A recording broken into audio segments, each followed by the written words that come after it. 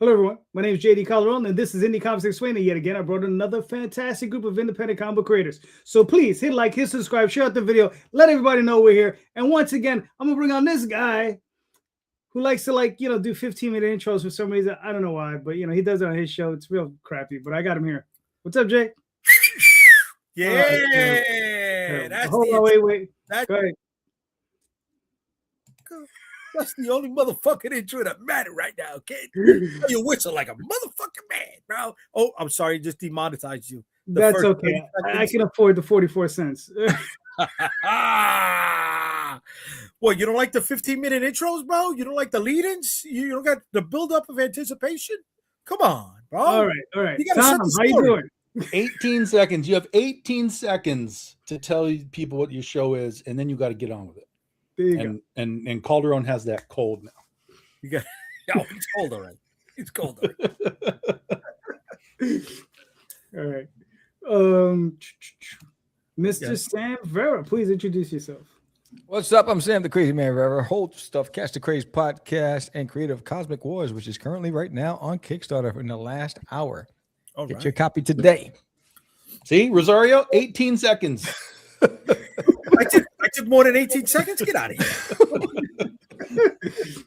Wes, how you doing? Please introduce yourself.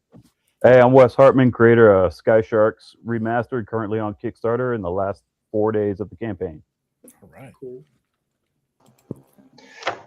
Hey everybody, I'm Gavin Schultz. I'm the artist and co-creator of Tales from 22nd Street in our final 60-ish hours of Kickstarter now. So, yeah, excited to be here. Cool. Good to have you. So, gentlemen, I'm sure all of you have seen the show question. Or if you haven't, here it is. I'm gonna tell you anyway. Do you really care about your fellow indie creators? Right? Like, we're a community. Everybody says we're a community, allegedly, right? And the question really is, I sometimes wonder, do we really give two shits about one another? Right? And the other portion of this question is why? Right? Why? And Gavin, the way this show works is last man in, first man up. So you're in the hot seat. Yeah. Okay. Well, I think, I definitely do care about my fellow indie creators.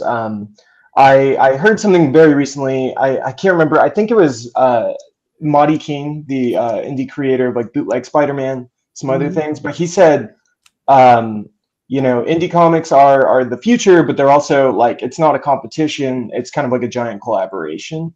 So you kind of have to care about what, your fellow creators are doing, and you got to support, because without each other, we could just go away, So yeah, did I do okay?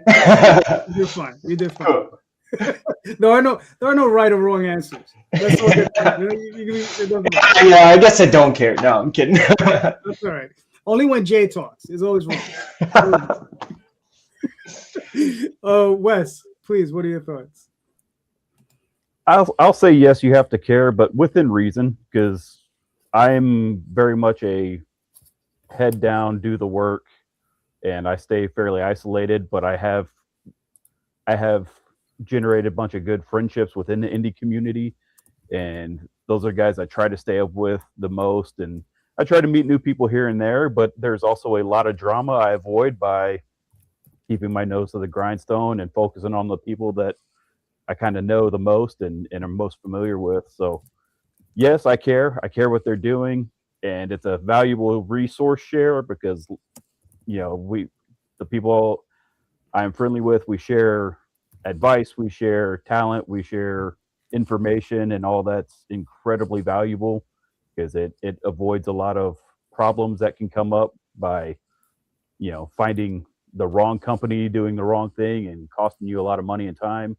And so it's very valuable to have good partners within the community. But at the same time, I'm also a guy that I'm gonna put my head down and work, and so I miss a lot as well. All right. That's fair. Sam, what are your thoughts? Yes, one of the reasons why we created Catch the Craze podcast, because back in 2005 is because there wasn't a voice for the small guy. And but to Wes's point, there's a limit to that, right? So I have a lot of indie friends. Grew up in this community, but I don't like agendas. I don't like cliques. Where you have to speak a certain way or have the same opinions in order to be part of a community. I like a community that's diverse in thought and artistic value and creativity. But once this starts going, where you can see that there's like a look and feel to this group, I steer away from that because it's always trouble. Yeah. I mean, it's one of the reasons why I always post when I launch. Hey, anybody wants to cross promote? I'm always looking to share and support wherever I could. Cool. Tom, what are your thoughts? And now the vinegar upon us. No. So yeah, I think all three of those guys kind of hit it all sort of nail on the head. For me, I appreciate indie creators for a number of different ways, but it doesn't mean appreciating indie creators doesn't mean that you have to appreciate everyone. You have to like everyone. You have to like everybody's book. Like for me, for decades, all I've heard is comics are dying, comics are dying, comics are dying, comics are dying, and yet all I see are people making comics, coming up on their own, making comics. Young people too, like not just dudes that are 50 years old and like it's their dream to make comics. Like I'm seeing 20, 30-year-olds, like they're not just reading comics, but they're making their own comics. So if comics are dying, the way I look at it is how are these new indie creators coming up wanting to make comics? It does the narrative doesn't jive. So that's the big appreciation element is like, it's still here. Comics are still here. These people are making sure comics are still here in one shape or another. So yeah, I have appreciation for people who are doing it, going through the process, going through the struggle. I have appreciation for the people like, Calderon or Rosario who, invite me onto their shows and help me promote what I do. And I try and do that the other direction whenever I can too. So it is a community, but like Sam was talking about, there's cliques.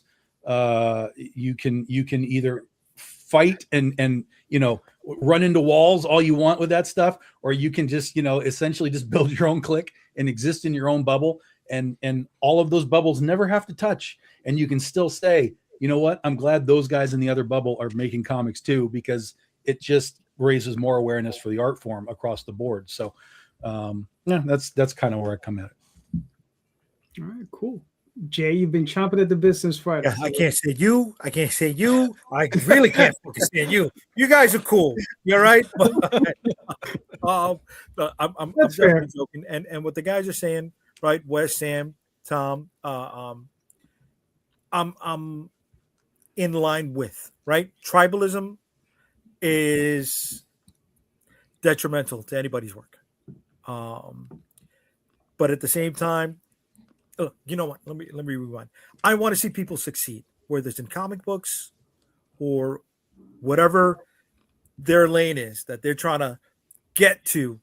I want to see you win. I do. I'm psyched, right? I feed off of that energy.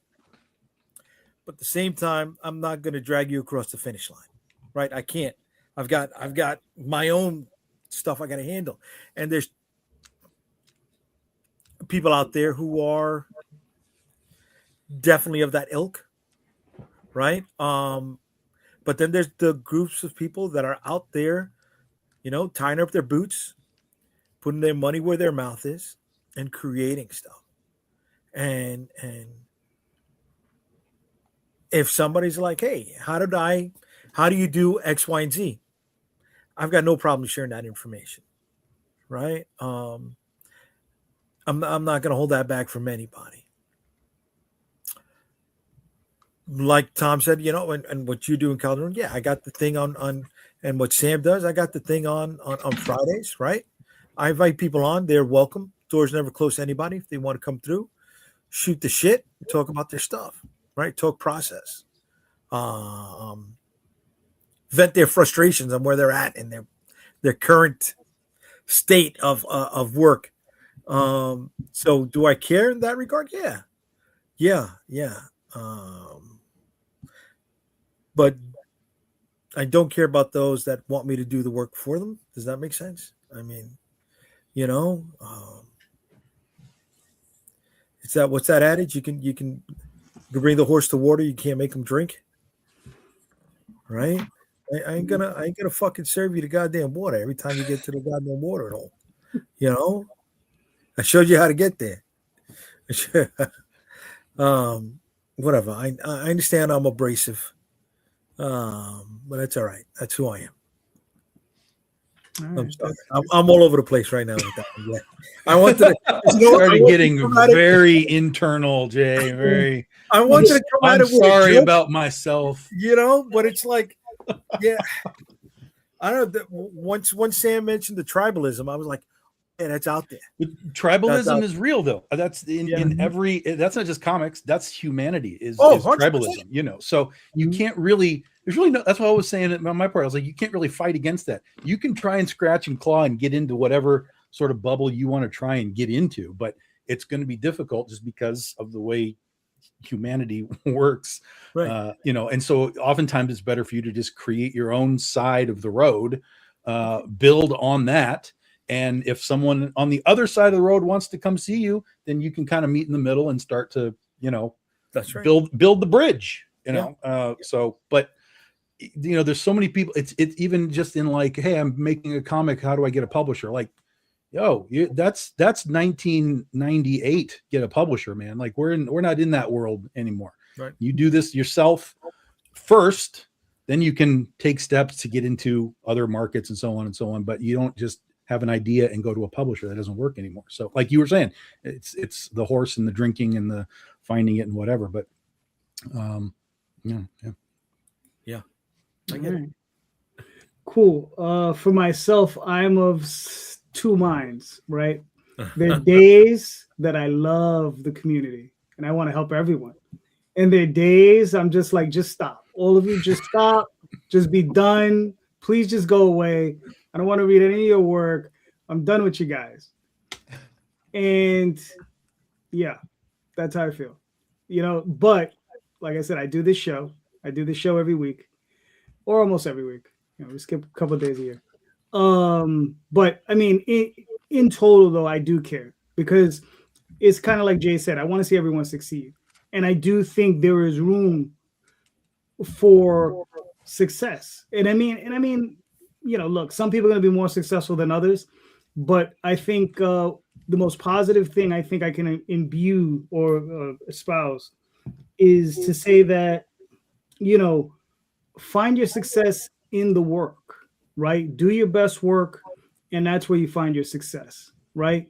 Because if you just rely on financial goals, you're gonna have a hard time. You may have a hard time. Some guys just come out the gate, bam, they're raising $30,000-$40,000, right? And there's gonna be some of us who are never gonna see those heights, right? So you just have to produce the best work you can produce and just go that route, you know? And look, you know, I say this, I can put my book next to anybody's book and be proud of my book. Yep. You know, that's what I can say. And I don't give a shit who it is. You know, start naming them. I don't care. You know, I can put my book next to theirs. And I can say at minimum, I'm giving you a good book, period. Right. And I think that's the thing that we need to strive for, you know. So that's the part where I really care is I want everyone to succeed on that level. I want everyone to be satisfied with their work. Financially, listen, I mean, if it can happen, God bless. I mean, I want it to happen for everybody, but you know, it's tough. It's tough. It's a really, really rough game. So, you know. So. Well, anybody that makes comics knows how much work is involved. Oh yeah. Mm-hmm. And so, I mean, if I'm seeing somebody else making comics, I'm like, bro, I've been there. I know what you're going through. What do you need that I can offer? Whether it's resources or advice or just a positive word, because you know, most of us are stuck in our hole doing the work. So getting those positive affirmations don't always come. So it's even just like, man, that's really cool. That's a great looking cover or page, or oh man, I like that idea on your story. That alone can fuel the fire. I mean, even at conventions, meeting people and them coming up and talking to me like, man, I bought your book last show and it was so much fun. And it's just like, oh, thanks, man. That means the world to me. I so much appreciate that. It's like, where's the next one? It's like, it's coming. It's not here yet. Yeah. Yeah, I'll still never forgive you, Wes, for Space Vegas. I'm so upset. So upset that you got there first. Uh-oh. But there you go. Right. There you go. All right. Sorry, Tom. Sorry, not sorry. Wes, I don't know what you did. I don't know what he's talking about, but you know what? Good on you. Keep doing it. He's talking about my other creator-owned series, Savage Sasquatch. It's about Bigfoot in space. Oh, And okay. So the last, No, I don't know about this. yeah, last issues 5 and 6, the culmination of the first volume. He's on Space Vegas. Oh, okay. Nice. All right, cool. All right, Jay, you're up. All right. Well, following the theme of tonight's question, and with some of the stuff that Wes brought up a moment ago, for those of us that are seasoned and been around the block a few times, if you have one of these newbies coming at you, feeding you the lines of bullshit, do you stick out the olive branch, a helping hand? Do you call them out on their bullshit? Or do you just walk away and let them be? Let them sell. What's an example of a line of bullshit? Just I've got an in to diamond. Just throwing it out there because we know it's not there. Okay, you know, it's a line of bullshit. You know what a line of bullshit is. It could be any form, right? Oh, I'm moving 20,000 units. Whatever the fucking case is, right? If you see them coming out, do you offer them a helping hand? Be like, maybe you shouldn't go in that direction. Do you call them out on their bullshit? Like, come on, man, stop fucking with me. Or do you just keep it moving? Fair enough. Wes, you're up. Honestly, it depends on the day and my mood. Fair. That's fair. Yeah. Because there's days where like, all right, let's climb this tree. Let's see what you got. And I'll let them feed and like, okay, that's cool. Like, good luck. And so be it. Like I've had a past experience that sounded a little too good to be true, but it looked like they had the ducks in a row. It's like, bro, like on paper, this looks great. And it just became the single most unprofessional experience ever. It's like, all right, my bad. I wasn't really out anything, but I was at the same time because I kind of got myself excited and pumped up for it. There's other days where I'm not in the mood and it's just like, yeah, we'll talk later, and I'll just never talk to them again. And then there's other days it's like, well, it's like, do you have a specific question? Do you want to know something that I can help, or what are you trying to get from me, or what do you want? And if they ask, I'll answer, and I'd be happy to. But sometimes it's just, well, I know this and that. It's like, oh, that's awesome. I don't know him, or I met him, or her, or whatever. It's like, that's great, man. That's awesome. Next time I see him or talk to him, I'll mention you to him. Say hi. But it just depends on the day, just kind of how I'm feeling, if I want to be particularly chatty or not. Because I spend all my day with my little kids, my 18-month-old son. So a lot of my day is just spent with somebody screaming at me and calling me mama instead of dad. So it's like, hey, it's human interaction. Let's talk. And it's not to somebody who's just yelling at me. Yes, please. Thank you. Other days I've had it up here. Don't talk to me. Yeah. All right. That's fair. Sam, what are your thoughts? It happens all the time. I stay away from it. So we've been doing this a long time, and everyone's going to be the next big publisher. Everyone has this next big venture, and I let somebody else go first, right? I was like, you know what? Good luck with you, but you know what? I'm going to sit this one out.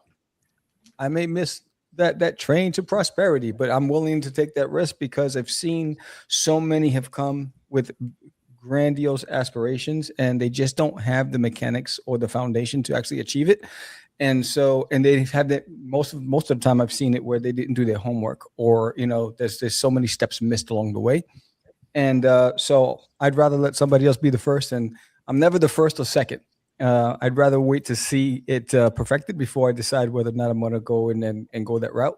You know, and look, no fault to anybody else. Everybody wants to be successful. I just think you have to be a student first, and you have to do your homework, and you have to understand what you're getting yourself into. And most of the time I've seen, and it's unfortunate, and we've seen it over and over and over again. And there's body bags everywhere with everybody who had these dreams. They're going to be the next best thing, and they're trying to build, bring everybody with them. And it's just crashed and burned and crashed and burned. And so I usually just sit it out. I bow out gracefully and say thank you, but no thank you. And I just keep it moving. That's it. All right, cool. I don't think it's right you calling out distillery like that, but okay. Stop starting anything. Woo, fire shots, kid. That's just one. There's like a half dozen others. I know. They're the most recent. Yeah. I get it. Are they fully shut down? Who knows? I mean, they'll probably pop up at some point. Okay. No, because remember, bad idea. Shut down to become a cupcake thing, and then pop back up doing comic books. You can make more money in cupcakes than you can in comics. I think so. Yeah. That was part of their marketing. See, there's your next marketing is you sell a cupcake, but the wrapper has a comic book on it. So you got to eat the cupcake and you save the wrapper, and it's got story panels on it. Not a bad fucking idea, kid. This is what I do. This is what I do. It's not a bad idea. Sam, this is the next big thing. Follow me, Sam. Follow me. Come with me if you want to live.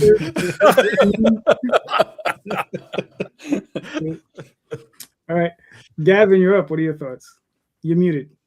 Well, so I guess I don't know if I feel super qualified to answer this question. This is our first book, and I've been thinking of the line of bullshit that I would feed you guys. We're going to be the next big thing. But no. I'm really just, I'm excited. This is our first full finished project that we've completed, and I'm here to just, a question like this, I'm here to sponge and make sure that I don't misstep any of you on the con floor and stay in good Don't graces. worry, we'll trip you if you need to be tripped. It's fine. Yeah, we'll happily take care of you. Yeah, but no, the answers are great. I'll if I think of something, I'll add it. But cool. Okay, fair enough, man. Yeah, Tom, what are your thoughts? Everybody knows me. I don't take bullshit, and I'll put it right back in your face if I think that you need it. But that's sort of the thing for me. Is same with Wes. It's sort of like it's what day is it? What movie did I watch recently? What mood am I in? It will depend on how much you're going to get back, if at all. I might just let you continue to bury yourself, and I don't care.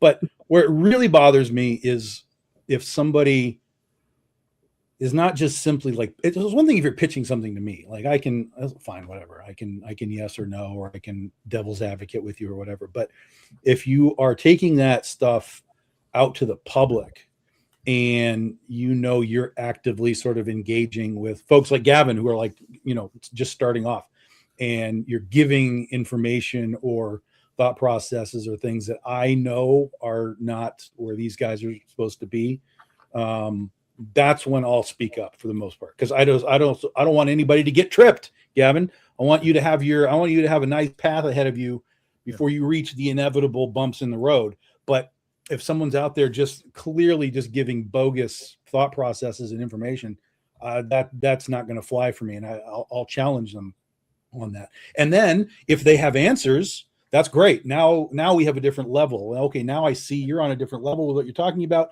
You just have a poor presentation. But most of the time, the guys that are coming out with this stuff, it's just all like this, and they're just spouting whatever they need to spout to get sort of the immediate clout of who they are for whatever reason. And that's what bugs me. And that's when I'll generally kind of call people out. All right, cool.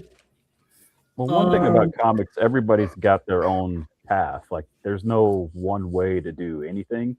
Mm-hmm. And it's funny because everybody you'll talk to, they have a story that is similar, but also totally different than everybody else. Mm-hmm. And so you can give advice, but you could be right next to somebody who did the exact opposite and found as much, if not more, success. And it's Yeah, I would. That's a great point, and this is sort of the other side of the discussion, right? Is if you hear somebody talking about whatever, about how to do something, the first thing you should do is go and figure out who that person is. Do they work for a company? How long have they been doing something? Some guy might be telling you, here's the answers to everything in the comic book world, and they've been doing comics for a year and a half, right? That's sketchy at best, unless you've gone and searched and you've seen that they're one of those lightning in a bottle guys, and they've done something that you can follow and go, oh, well, he kind of did this. Let me kind of take that. But, or the other side is, oh, this guy's been doing this for 10 years, 15 years, 20 years. He clearly has had some experience in blah, blah, blah, blah, whatever. So it's always sort of on whoever's listening to kind of figure out, like, do I need to listen to this guy? Or is he just spewing to spew? Is he literally telling me something for real? Or is it just to build his clout in as fast as he possibly can? All right. Cool. Yeah. All right. For myself, yeah, I mean, it depends on the day, but I'll be honest with you. Typically, I just walk away because I don't have time to deal with bullshit. I don't have time for those types of people. I just, go tell it walking, right? The one time that I did stop and I did listen to one of these people, it wasn't good. So, so I'll just pass on that. So yeah, but typically with a lot of those people, I just honestly just don't have time, to deal with those types of individuals. Whether even if it's just like an online debate, right? It's very rare that you'll even see me respond to somebody's post. You know what I mean? I'll see a post, I might give it a thumbs up or whatever, smiley face, a laugh or whatever, but it's rare you're gonna see me type. If that's happening, I'm usually at work and I'm bored. Like I'm sitting there and like I finished a review or a spreadsheet or some dumb thing, and I'm like, let me spend a few minutes online, and I'll just entertain myself for a few minutes. But that's rare too. So I don't think I have ever seen you post on anything that is like a debate about anything. No. Like ever. Yeah, because that's what this show is for. Yeah. Okay. Yeah. He saves it up. He saves it up. I like it. I'm like, that's what this show is for. I'm like, if you want to discuss it, we just come to the show. You bring on the show, we'll talk about it. Right? It's it's that for me. It's just like I don't need to sit there and be like playing Thumbelina. If I'm gonna write, I'm getting paid for it. So I'm writing scripts. That's what I'm doing. So, but typically, I just just let people be. Like, if they want to talk, whatever they're talking, just let them talk. It's just like it's their breath. It when it comes to a debate online, you're never going to change anybody's through the keyboard. Nobody's opinion's ever going to change. So it's wasted energy. Mm-hmm. Like my philosophy: let the work speak for itself. Right. Everything else, whatever. If you want to have a conversation or a debate, come find me. We'll talk in person, because the keyboard and social media, that ain't the place for me to do it. Because other people will get involved, and especially in a unique conversation now. You're not wrong, but that's where a lot of the times where people will kind of post their BS because they don't want it in this sort of a forum, because they know they will get slammed by the people that have been doing this and so on. So they're happy to go into these like art groups and comic groups and whatever, and just start spilling it. And then, like I said, and then all the sort of the newbie guys, like the rest of us are like, whatever, dude. But then all the newbie guys are like, oh, let me get in on this. And then that's where I got to be like, slow down. And I know that I might only save one person out of all of that if I make them stop and think about what they're reading. But if I save one person, then I save one person. So Tom cares about his fellow. That's right. Tom cares. Bringing it back to the first question. That's right. I like that. Shout out to Rod. What's up, Rod? There you go. Hey, doing, Rod? I think Daphne made the point I was trying to get at also. How many people are out there trying to sell you courses on the how to make a comic, and they're just using the money that you're paying for their course to make their own books, because they can't sell one. I've had people come to me trying to sell me the next Netflix of the comic book version of Netflix.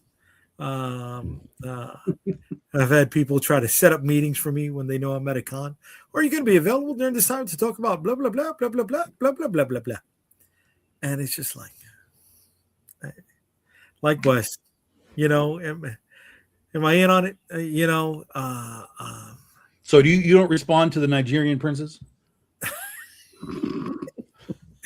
Because that's how I do it, Jay. Is I respond to all the Nigerian princes. Have you ever tried to flip one of the Nigerian princes? Right? Be like, why don't you just come work for me? You can make legitimate money selling my books, and we'll both be fine. Yeah. There you go, K-pop junkie. Blah blah blah blah blah blah blah blah blah. Yeah. So you got Jay? Thought you'd have a little bit more venom. No. I don't need to be filled with venom all the time. Come on, man. Well, no, that particular question though is kind of like, you know, projected towards that. It is. Yeah. I'm not gonna get into it. I can't get into it. Jay doesn't call out though. Jay doesn't call out. I don't call people out. People out. You know, it's like I'm one of those. Those start none will be none. And the other thing is, if you do start some, fuck you in your mouth. You know what I mean? It's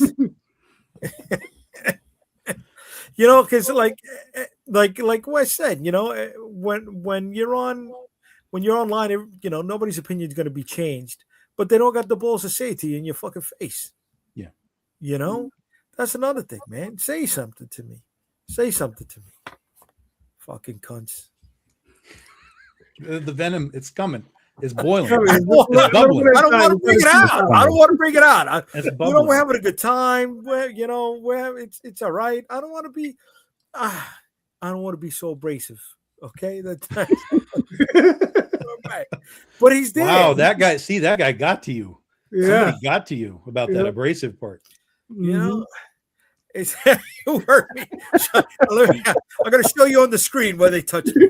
Okay. No, it's just, you know, I mean, you don't know what you're doing. Shut the fuck up. You know what I'm saying? Until you've done these fucking books, until you've put in the time that we've put in, shut the fuck up. You know, I ain't asking you to be a kohai senpai in that type of fucking relationship. You know what I mean? But it's like, shut the fuck up until you know what you're talking about, man. Was there a more specific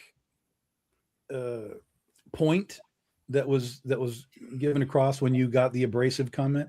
Were they like, oh, you're so abrasive from this thing, or was it just a generalized? No, that was a generalized thing, but then there was something else. It's like multiple things coming together. It's trying to see. You see, I'm starting to speak fast. I gotta slow the fuck down. I gotta slow the fuck down a little bit. You know, Woosah. Yeah. Like, you know, I want to be chill. I want to be fucking chill. I'm not drinking anything. I want to be fucking chill right now. So Jay, but who told you this though? Who told me what? You know, the thing about you being abrasive. Who hurt you? Oh, I've been around. Apparently, it's floating. People think it. Some people think it. You know what I mean? But then, you know, it comes back to people who've never done fucking books tearing my shit up. Right? And then it comes back to tribalism. You know what I mean? Just because you suck an EVS dick, just because you're on that side of the fucking table, you know, you think you're untouchable. Make something. Grow your goddamn catalog. You know, believe in yourself. Because obviously you can't. That's why you're out here reviewing other people's fucking books, because you can't make one yourself. Sorry. So do you feel better now? No. No. No.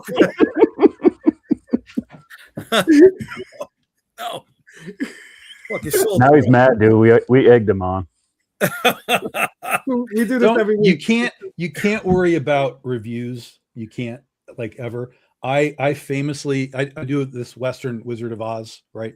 And I famously talked about this review that I got once from these three girls who did comic reviews, and it was a good review. Like, overall, they were like, this is a good review, whatever. But what was funny was towards the end of the review, one of the girls was like, the only thing I didn't understand is why was this random lion in this book, and I'm like, Right.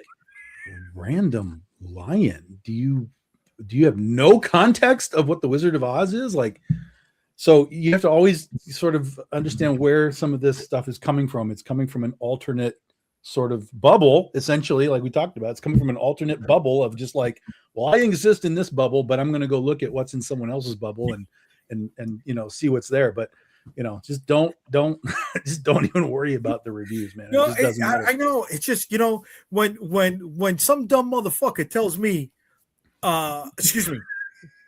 brings my campaign up on their stream and says, oh, I really need to start doing a review of people's campaigns. And the only place your campaign is getting accepted is Fund My Comic. Shut the fuck up. You know what I'm saying, man? Shut the fuck up. Okay. Sorry, I'm getting messages to calm down.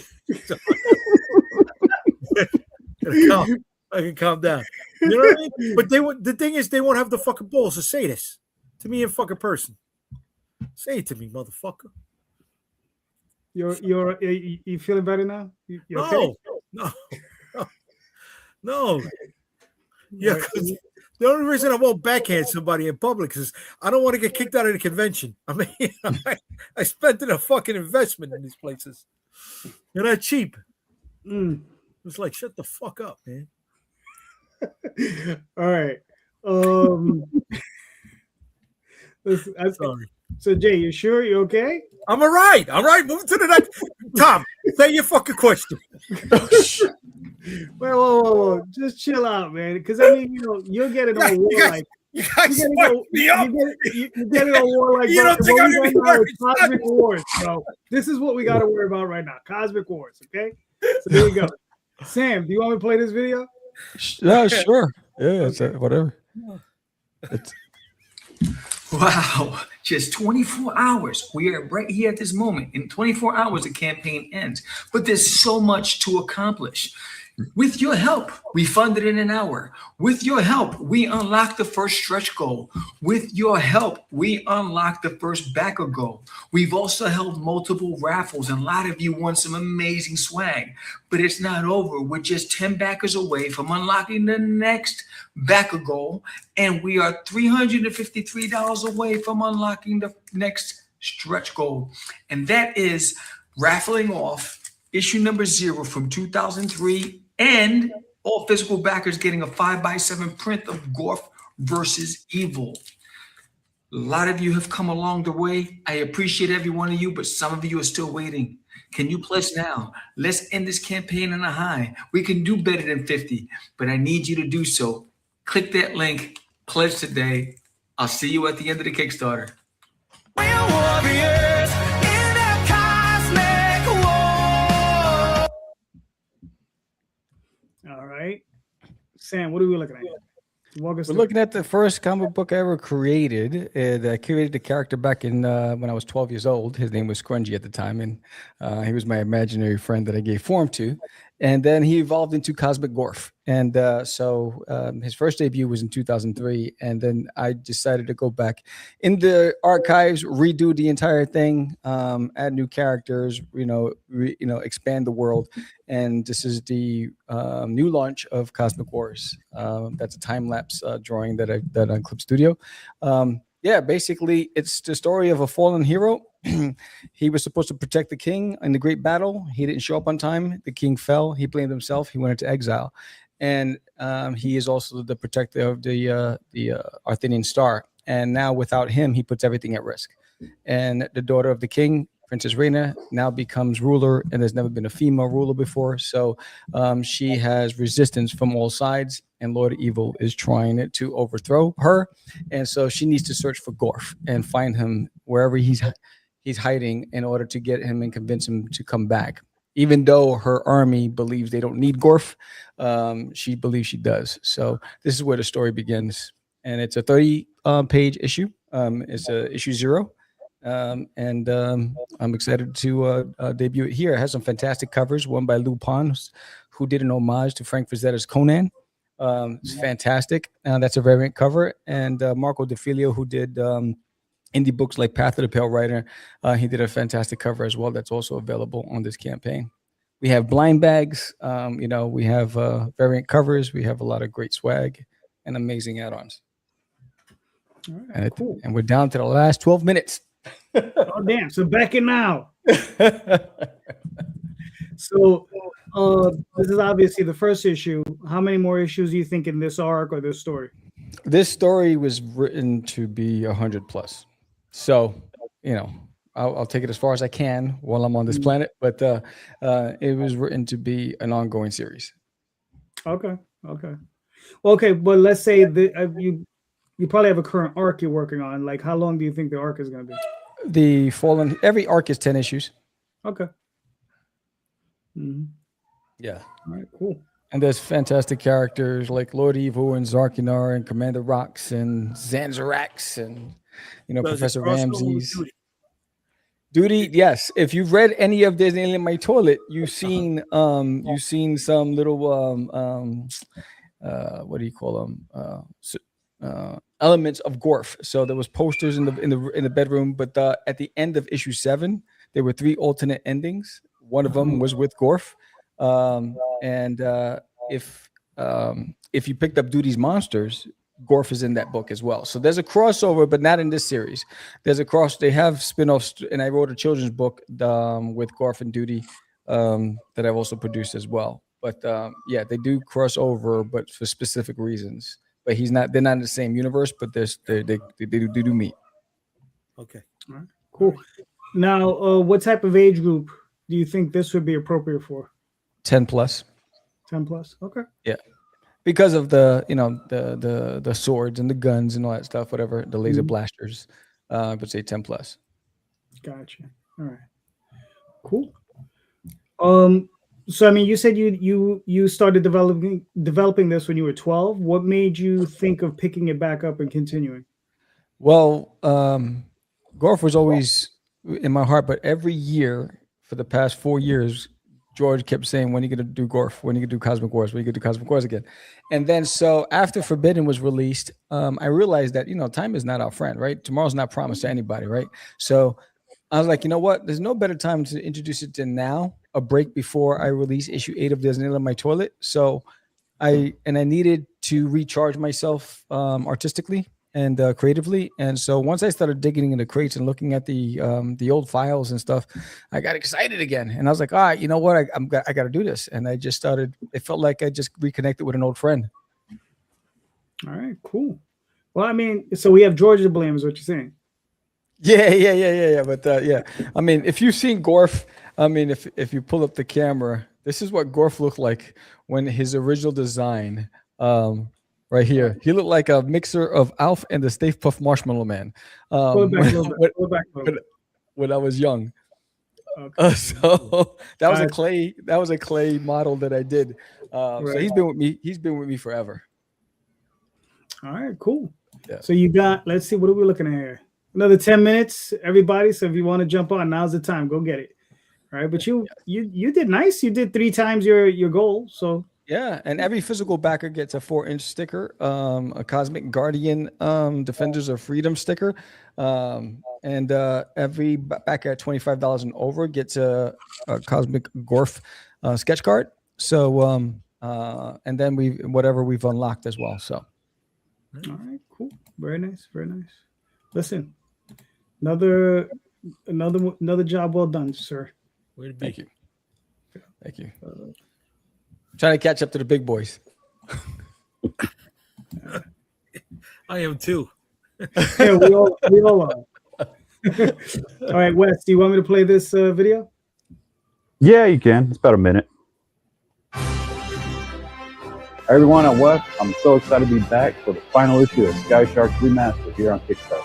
We successfully launched and delivered the first 2 issues together, and now we're here to finish the mission.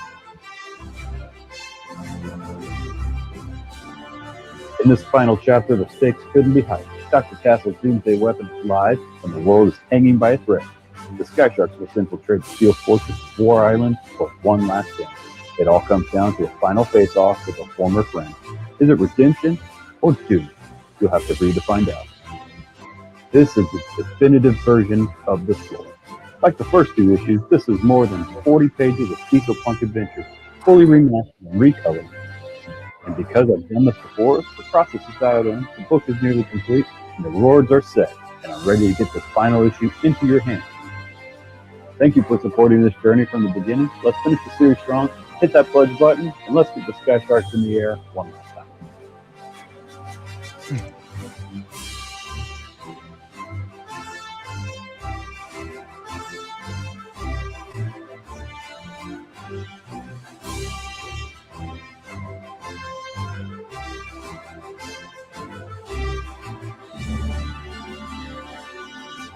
Got to do the movie credit roll, you know?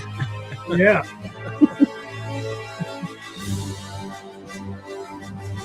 I will say, making Kickstarter videos is my least favorite part. Oh yeah. All right, cool. So, all right, so this is a remastered version. How long have you been working on this book?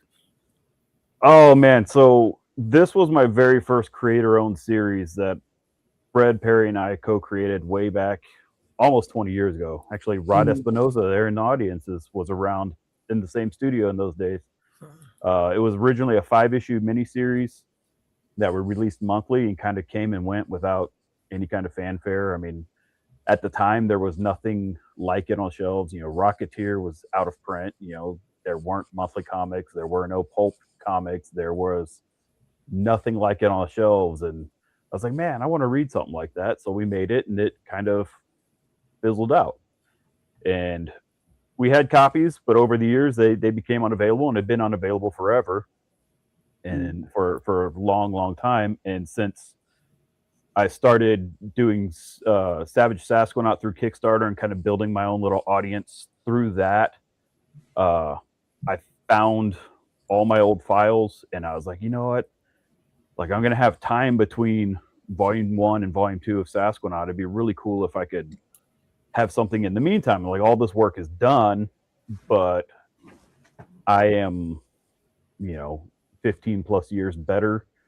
I can go in and pump up the colors. I wanted to re-letter the whole book, but it turns out like about a third of it, the balloons were managed to get flattened to the page. So it's like, oh man, it's gonna be too much work to re-letter everything and take those balloons out. So I went in and made adjustments where I could just to try and make it a little more easily to read, color coded like radio transmissions between the characters and fix some spelling mistakes and just odds and ends, some continuity errors that I found that, just with time, it's like, man, I could really make this better. But I didn't want to do the 5 issues all over again. So, and I didn't think it would go straight to a trade. So I'm like, let me repackage it, all 5 issues. I'm going to do it as 3 issues. So every issue is over 40 pages. They're between 41 and like 46 pages each of story. And so it gets the whole series. This is the Kickstarter for the 3rd issue for the final issue of the story, but all 3 issues are available on the Kickstarter. And essentially, I like to describe when I'm talking to people at cons, if you're a fan of the TV show Firefly, which had the big announcement today by happenstance, it's like Firefly, but with airplanes instead of spaceships. And it's kind of my love letter to like the Rocketeer and Black Hawk and Crimson Sky and the Sky Captain and the World of Tomorrow and all that kind of great stuff that when I did it, there wasn't anything out there like it. And now there's a lot more available in the same vein. So I was like, man, maybe this has a shot again. So here we are putting it out and having a good time. We got the covers, like Fred's original covers. Fred Perry's the artist and my co-creator, and I learned so much from Fred on this book. Like I cannot say enough good things about Fred and his creativity and his knowledge and his generosity. And so I learned a ton, which parlayed right over into my creating Savage Sasquatch. So I was like, man, if anybody read my Sasquatch series and you like that, I learned most everything you like about Sasquatch on this series. So even though one's in space and one's in airplanes, I think there's a lot of crossover and just in tone.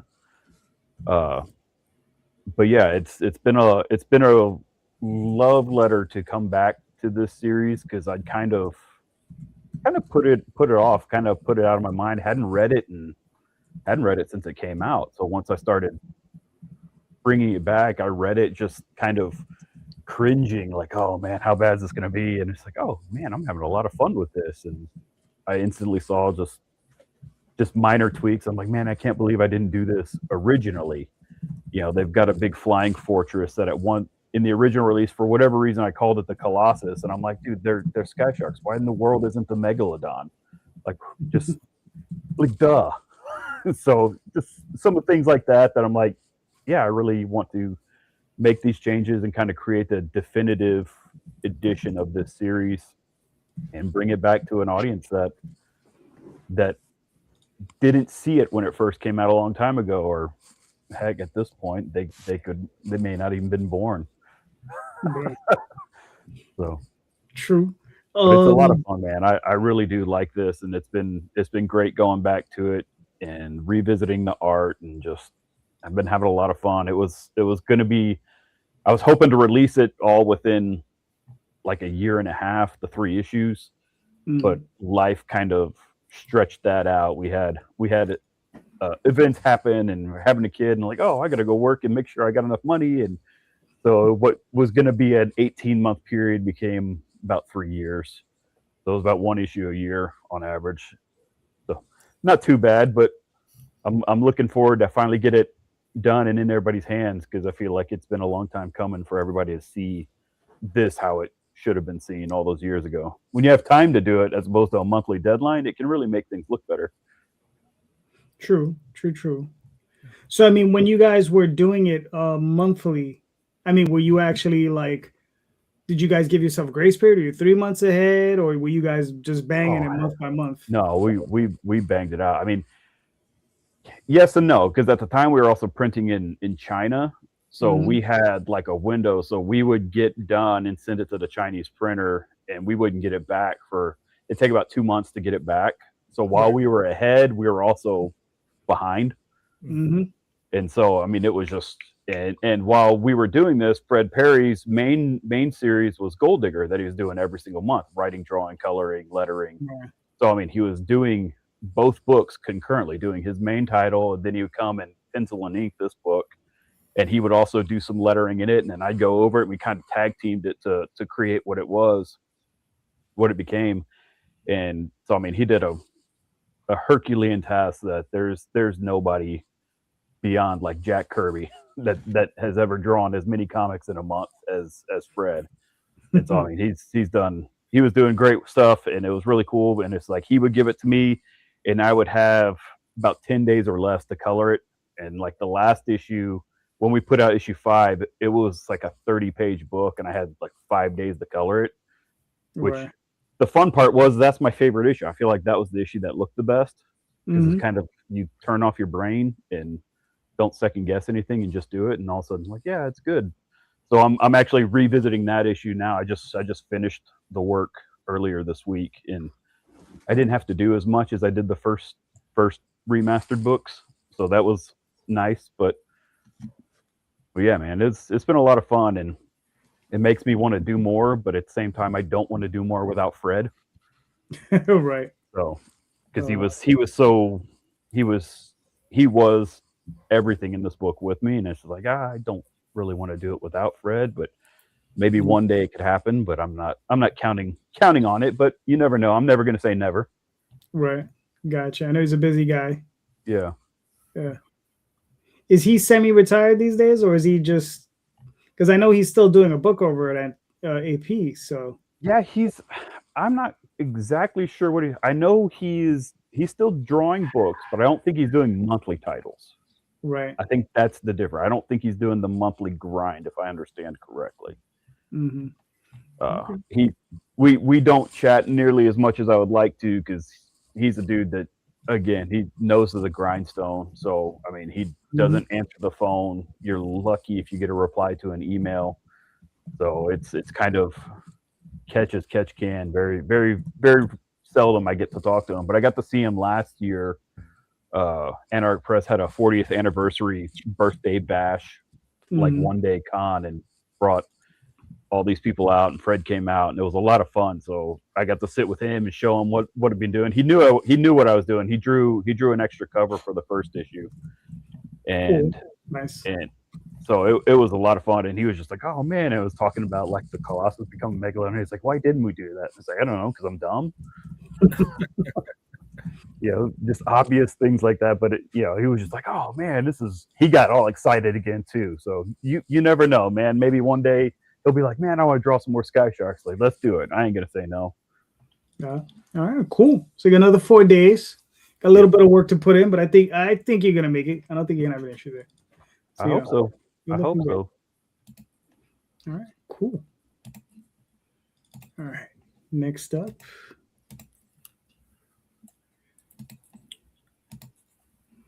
All right, Tales from 22nd Street.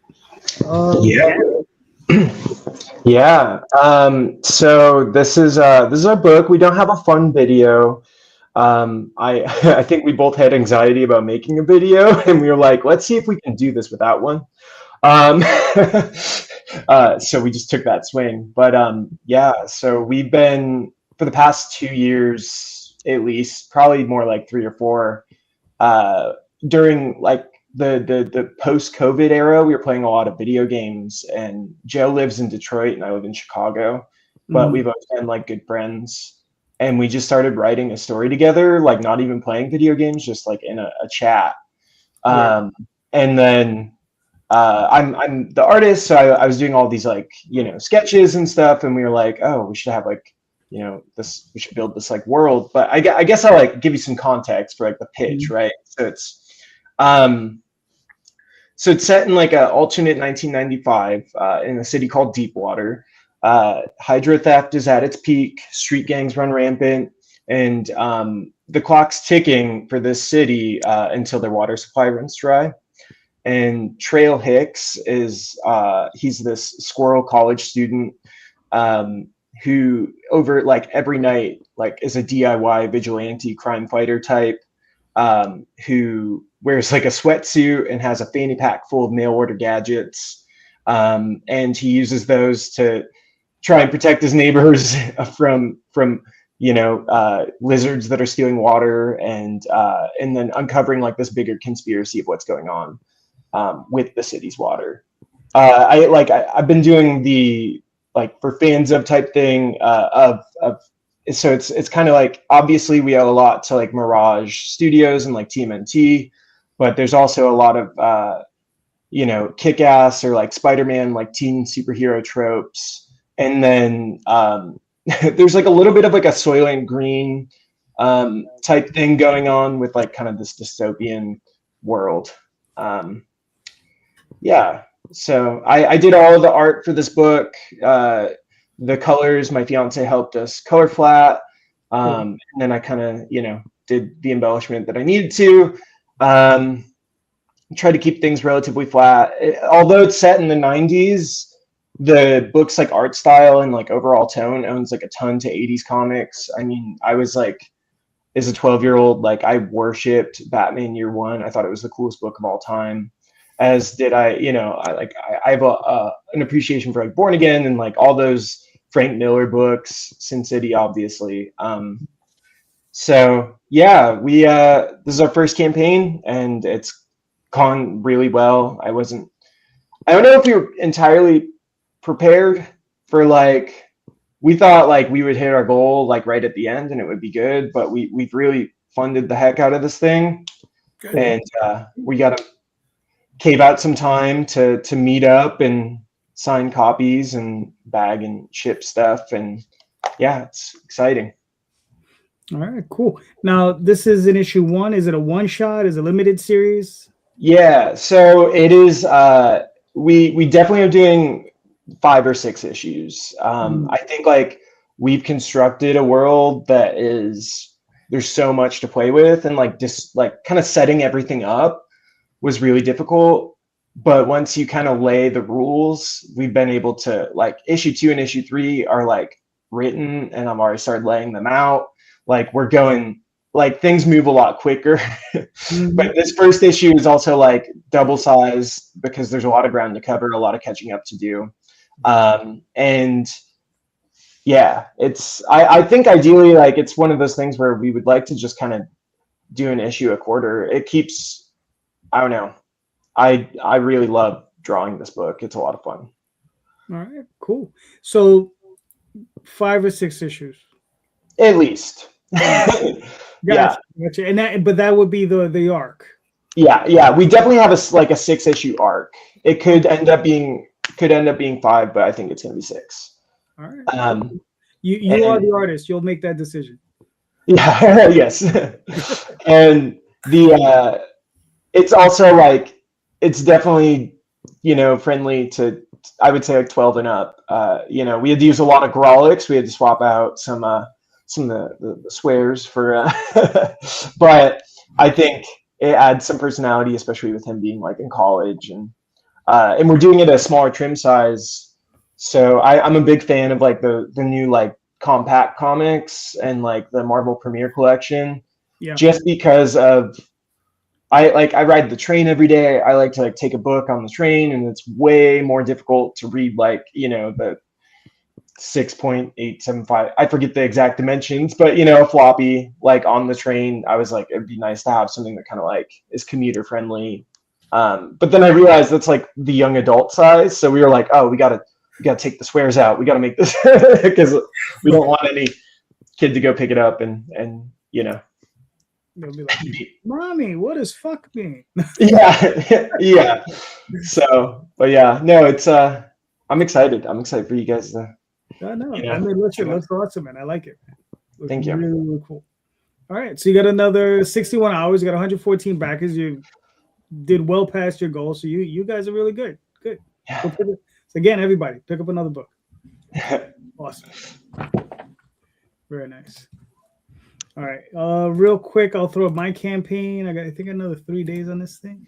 This is a trade paperback for If I Was a Few Inches Taller. It's a story where Oswald, my character, he's a magical mouse. He's but this is stories focused around his neighbor Ordith, who's a troll, who's in a war with an ogre, and they've been in this blood feud for several years, and it's finally coming to a culmination. And Oswald is at the center of the resolution of that. So that's what this story is about. Along with this, I am also putting in a couple of prose stories that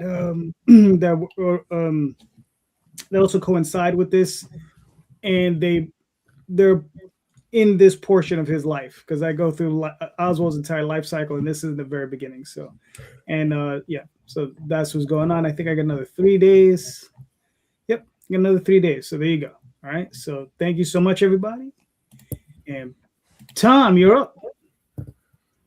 Okay, so unusually, I have an easy, fun question for you, as opposed to the deep. How is that even possible? I know, right? Well, it came about because of Robert Kirkman. Something he's been doing in his stories for a while, in Invincible particularly, where he would have Invincible sort of going through different universes and worlds and stuff, and a couple of times he ended up in the DC universe unofficially, in the Marvel universe officially, and in both cases he had Invincible sort of ragging on the characters about their names. Like, he was like, yeah, I get it, but like, isn't that a little on the nose? Like, for Batman, he's just like a bat and you called Batman. You're just like a spider and you're called Spider-Man. Like, he was just playing that little weird metal game, and he's been doing that for a while. And they just re-released the Invincible Spider-Man crossover that they did many, many, many years ago, that I had never read. And so I grabbed a copy of it and I read it. And basically the entire issue is basically like, okay, so let me guess. He's looking at the Avengers, like, you're Shield Man and you're Metal Man and you're, whatever, just teasing with the idea of, we just take a thing and put man or woman or whatever at the end of it, and we get a name. And then, so it made me think about it. I was like, well, how doesn't he do that in his books? And the reality is no. He only has, obviously, Omni-Man. Like, that's the one, right? Omni-Man is death. So there is that one. He did have Martian Man and Warrior Woman, who he both killed off very, very quickly. Spoiler alert. So those aren't existing anymore. And basically there is no other, like, Dirt Man. Even the elephant isn't Elephant Man. He's just the elephant. So Monster Girl. Monster Girl. Yeah, so that's what I'm saying. There's a couple, but it's not as if we go back further in comics, we get more Batman, Superman, Wonder Woman. We get more of it. Yeah. And so there's less of it today, but it's still there. I myself had to go and think about what I had done in that regard today. And I've only got a few. One of them was done on purpose for the trope, but I didn't want to call. So her name is Lasso Lass. I didn't want to go Lasso Girl because that just seemed weird. But I know, like in the Legion of Superheroes, they have lasses in there instead of calling everybody something girl or whatever. So, but I've only got like 3 in my entirety of all the books that I do, particularly in the superhero worlds. So the question is basically just like, does barring the ones that we're all just in on, Batman, Superman, Wonder Woman, we get it. When you read like a new superhero book, if someone's just like Window Man or Car Man or Tree Man or something, like, does that throw you off? Like, is it weird? Do you register it the way that Kirkman seems to register those things? And does it bother you? Yes or no? And then the flip side is, if you have done a superhero book of your own, how many Tree Mans and Tree Girls do you have in your series? All right, Sam, you're up. All right, give me the first question. Part So one of the first- question. Yeah, the first part of the question is basically like, if you read a new book, not if you're reading Batman or Superman, those are in. Right. If you go into somebody's new superhero book and everybody's like, I'm Tree Man and I'm Car Man and I'm Concrete Man, is that weird? Does it throw you off? Like, would you prefer that Concrete Man was just called Asphalt, to make it a little more, you know what I mean? Like, do the names like that throw you off at all? Or are you just like, well, this is just what the guy wanted to do and I accept what it is? It all depends. Like, when you have JD Calderon and JD Rosario, right? It's like, it all depends. Like, which one is it, right? JD, just spelled differently. But no, I think it all depends on what the character looks like and the backstory of the character. Because sometimes, as a reader, we imagine it one way, and then what you're seeing is another. So I think it all depends on the look and if it makes sense to the story. If it doesn't make sense and it feels like you just throw it in, then you're like, ugh, then it becomes corny. Right. Yeah. So I think it all depends on the actual character and how it fits in that universe.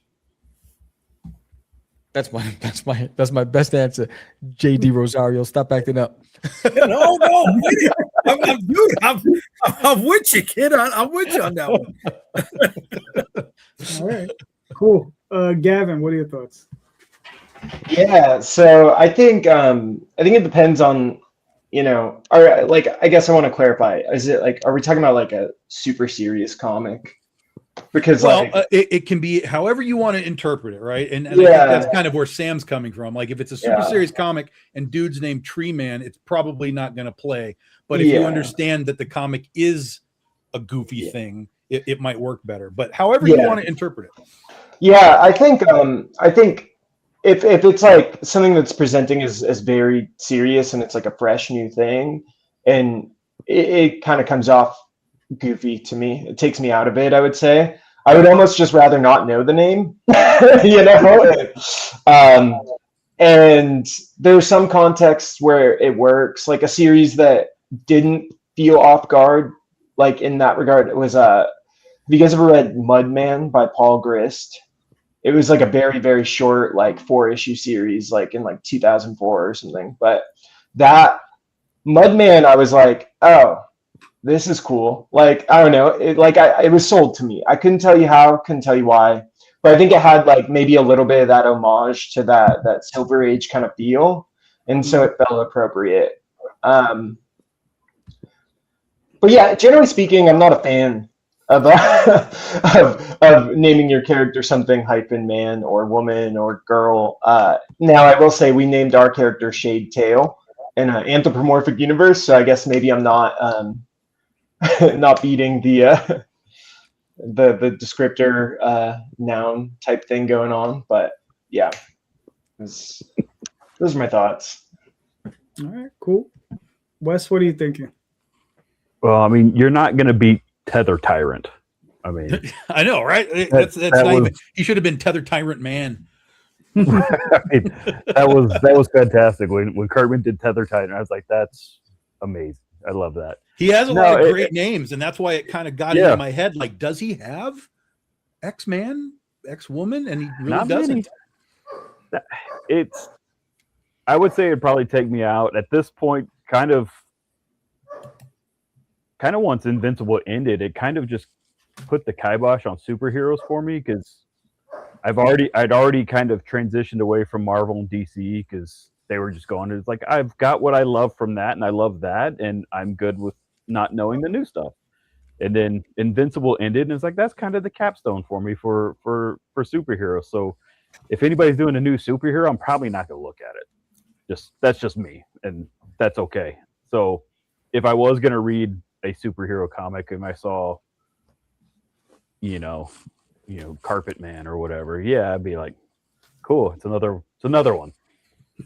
The only caveat, I think, that goes along with what Gavin was saying, is how tongue-in-cheek is it? Because that could go a long way. My a buddy of mine, Brian, he kept talking about a book he never did, which is like, all right, that's a book I would buy, because that's so ludicrously stupid. It's awesome. Or he wanted to do the comic about Man, the man bit by the radioactive man, and his sidekick Boy Girl, that was the girl bitten by a radioactive boy. And so they have the powers of a man and the power of a boy. It's just like, it's the stupidest thing ever. I love it. Never happened, and it probably wouldn't in this day and age, but I just thought at that time it was just from a very play on this whole idea of something man, something boy, something girl, and just like, what if it's just a guy? It's just that tickles my funny bones in lots of places. But that's as far as like a regular comic, if it's shelf dude, pocket guy, like I don't care. So before the other guys answer, Wes, you talking about liking Tether Tyrant. I have something you're gonna like coming up in Critter. If you like Tether Tyrant, I got something for you. I'll let you know when it's ready. I'll give it. I'll see if it passes the Wes Hartman test. Nice. Yeah. That'd be cool. I'm looking forward to that. All right, cool. Jay. Yeah, I want to one up Daphne by saying G.W. Bridge. Okay, G.W. Bridge was the guy from S.H.I.E.L.D., shittier than Cable because he was named after the George Washington Bridge. Just saying. But I am a mark for names like that. And it wasn't just, the Tether Tyrant. There was also the Lizard League that he had in there. There was Biplane, which was an anagram, an allegory for the Vulture, right? Because he was an old guy with the wings. I'm a sucker for that kind of shit. I really am. I love punny names, even like the He-Man stuff, right? Trapjaw or Man-E faces. I think it's funny. It also sets the tone for what kind of story is going to be coming out of this, right? It's PG-13, right? I got villains named Eyebrawl, which is a big fucking eyeball, who's a big monster fighter. I got heroes named Mr. and Mrs. and then Ms. Freedom, which is a playoff of Mr. Fantastic and that. I got somebody Comrade Commando. Which I think though that there's a difference between the pun name and the concrete man, lay it out, concrete girl, But they both like. I think Kirkman's point is that like if you're just saying like concrete man, you're at the lowest possible, sort of understanding of the character, maybe something like that. Yeah. I'm gonna say yes to Daphne. There was a character in G.I. Joe named Snow Job. Correct. Very early on. Yes, it plays. And they did play him as a con man. Puns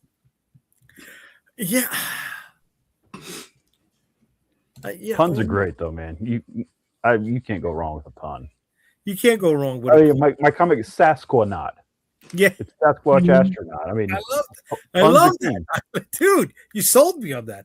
But I don't know. Is it shitty? Yeah. Well, I'm not saying it's shitty. Like he clearly just looks at it as it's a little corny. It's a little.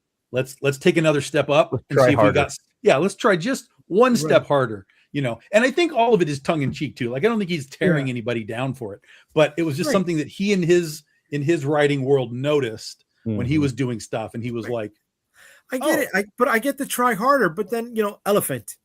Come on, spice it up. yeah, but the elephant is just the rhino, just like you I just know, said. Right? I know. Biplane is the vulture. Like, But even the wrestler, put the Y in rhino. Have fun with elephant. Font. Fent. He did too much fentanyl and he survived and became an elephant. Just fucking play it. Play with it, bro. Play with it. We're fucking writers. This is silly. We make fucking comic books. Let's have fun with this shit, bro. Come on. Wes said earlier, he's going to put the Megalodon in Sky Sharks. Fuck yeah, bro. Fucking go for that shit, right? Go for it. Sometimes we can't. You know what? Hold on. Let me bring this to Sam, my man. Bro, Duty from Uranus. Fucking lead in That was a drive-by. I was just walking down the block, minding my own business. No, but I Yes, I went know. with it. It worked. Yes. It worked, bro. I like the kitschy names. I like the punny names. So Jay, I got a question for you. In G.I. Joe, do they have an explosives expert named Blowjob? No. But Rosario's about to make that.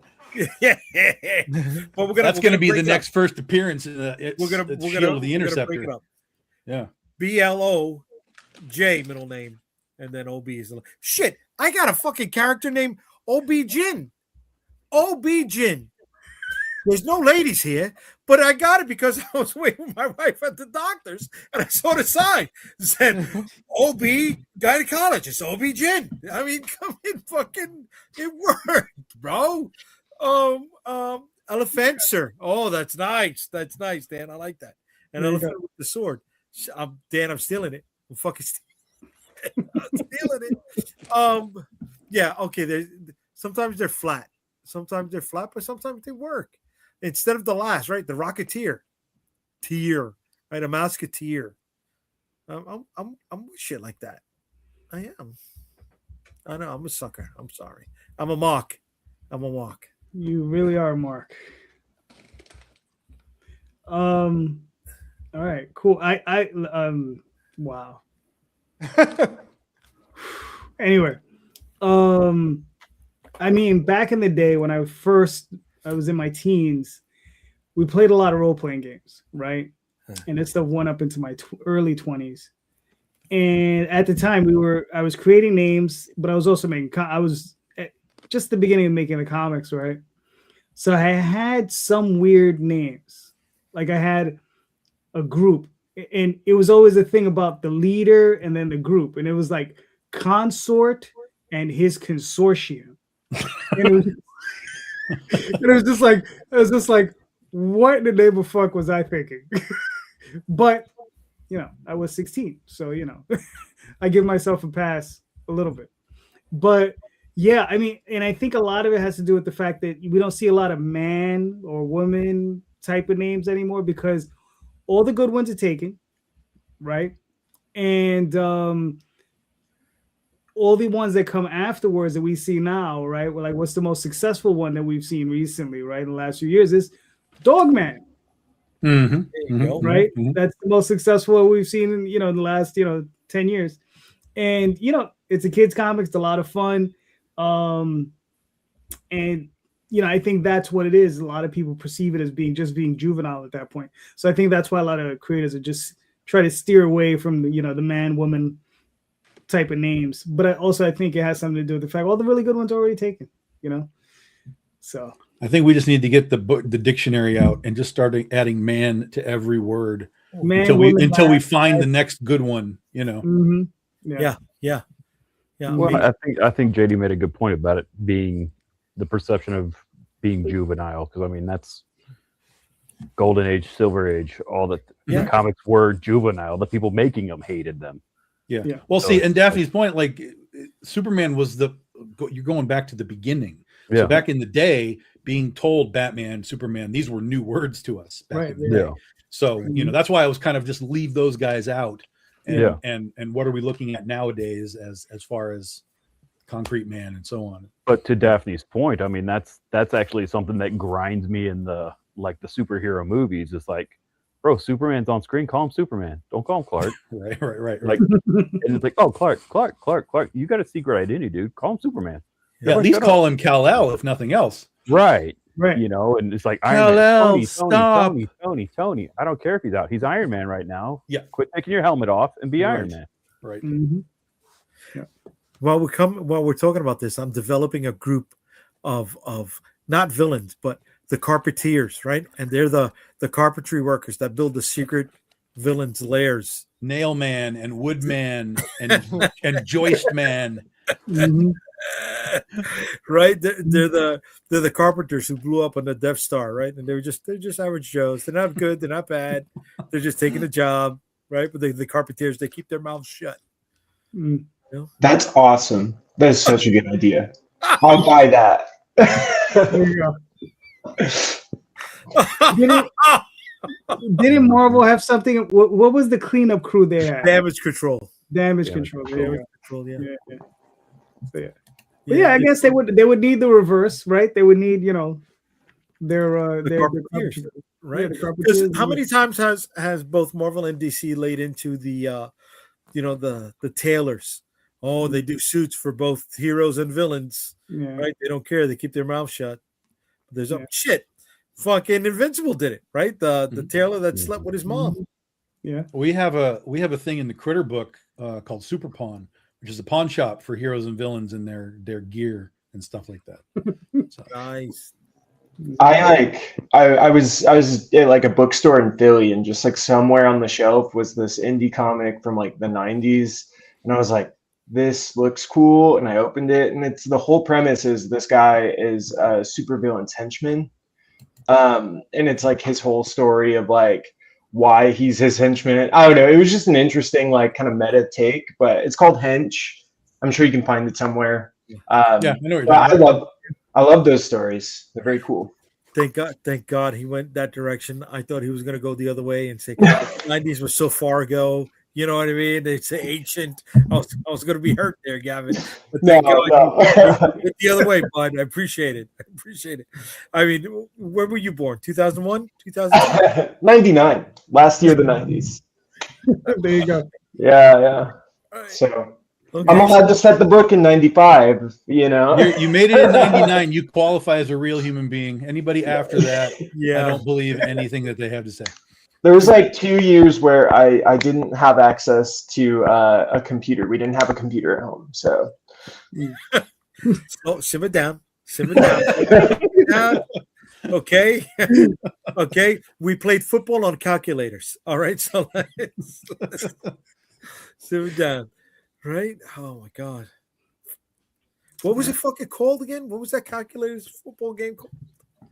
Oh, I don't even remember, but I know the one you're talking about. Yeah, but they didn't just have football. They had baseball. They had basketball. They did have that. Yeah. Was it Coleco? Was that the company that made them? I don't know if it was Coleco. They were at least one of the companies making it. Right. Yeah.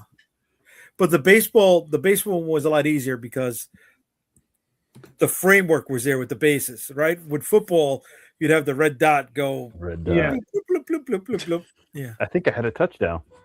Yeah. Yeah. Mm-hmm. Oh. All right, Tom, answer your own question. I don't think I was ever really aware of it until Kirkman pointed it out. I literally think Kirkman's put it in my brain that like this is weird. Although again, like for me, when I named Lasso Last, I did that on purpose for the old school trope.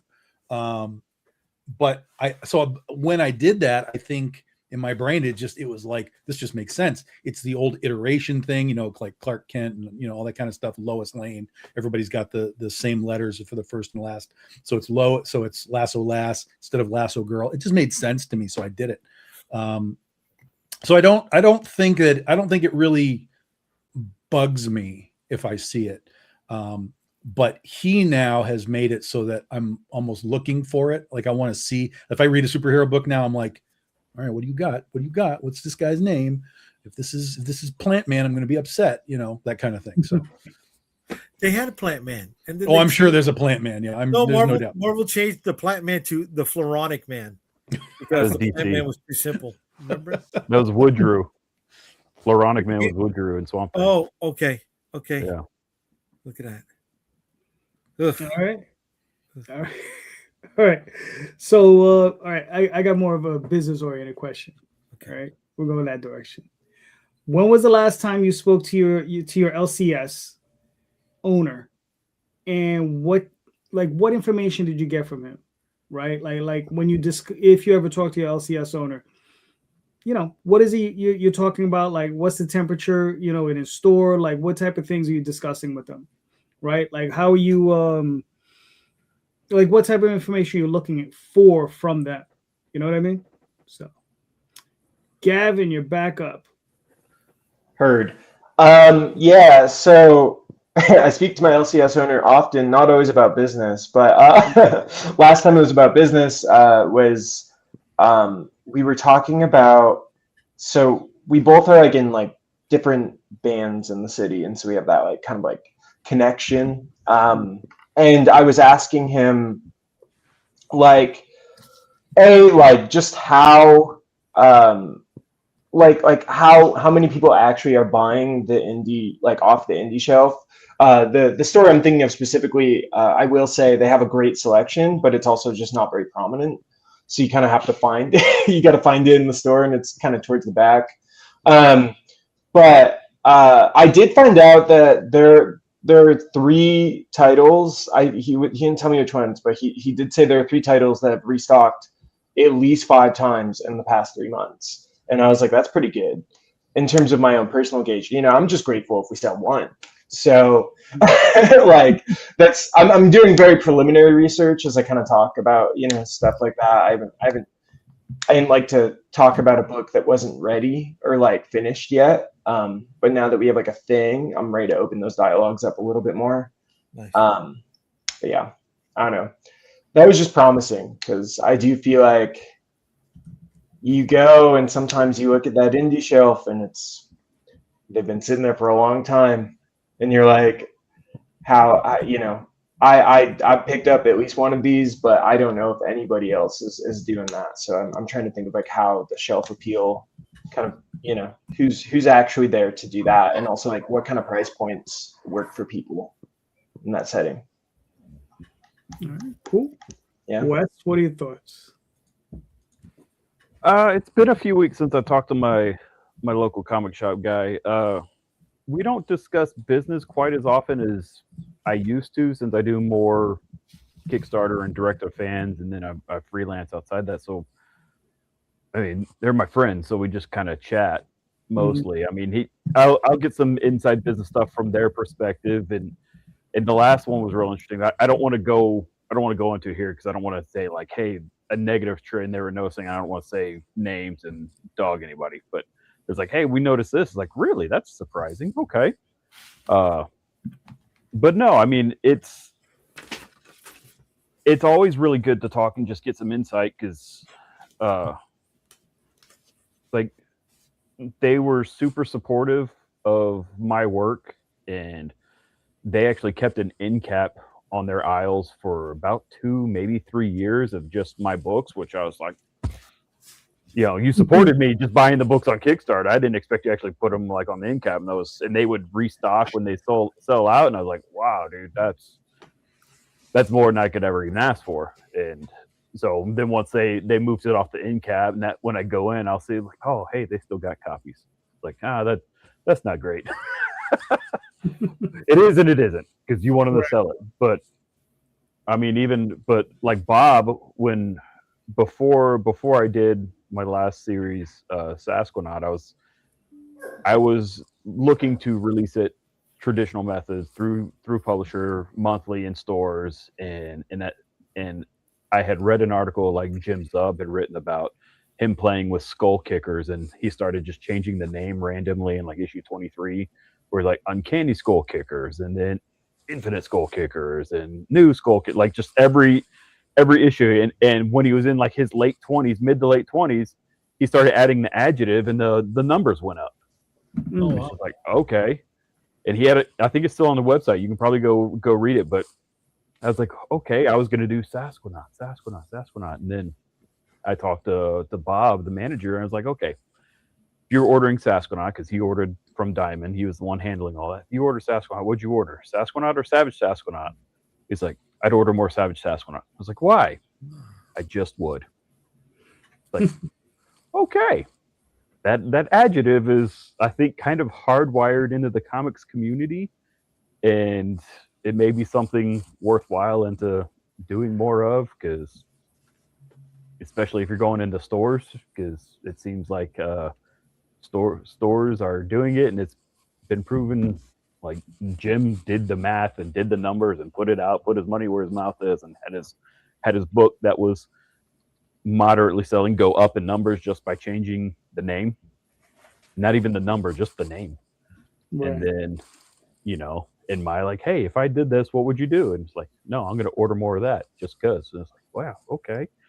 So that's something that's stuck in my head since then, and everybody add absolute to your comic book title name then. Right. Yeah. Oh, that. Tom. The next artist would be absolute Sasquatch. There you go. Well, it could be the absolute. Why didn't I put that on this campaign? Can I change it now? Tom, that's on the head, dude. Mm-hmm. But no, yeah, I've already put myself there. Like, I was gonna, the next time we did a critter, I was gonna put absolutely critter at the top just to be a little off. But you know, I mean, it's crazy because it's one of those things when it comes to doing. So I love my local comic book shop. I go when I can and spend the time I can there. But you know, it's also a different market when you're selling direct to your customer. You know, I will sell to any and all stores. There's a great store in Tifton, Georgia. Snap, I'm blanking. I am so tired. We've all been there, bud. Yes. Oh, dude. You should have seen us on Friday. Yeah. Well, the hour change and kids, and it's just like, dude, I'm going to think of it as soon as it's over. Anyway, forgive me, Kevin Clady and his store. The Zone Collectibles over in Tifton, Georgia. They've been super supportive and have bought numerous issues from me just to keep in their store. And they have their own events and had retailer exclusive covers done for me and several other creators that they're like, hey, we want a cover for our event. And they're huge supporters of indie books, and that's awesome. That's very rare with stores, and anytime that comes up, man, I will do anything and everything I can to bend over backwards to help them.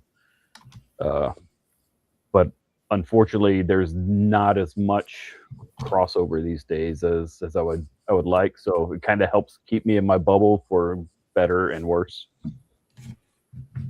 All right. Cool. Sam, what are you thinking?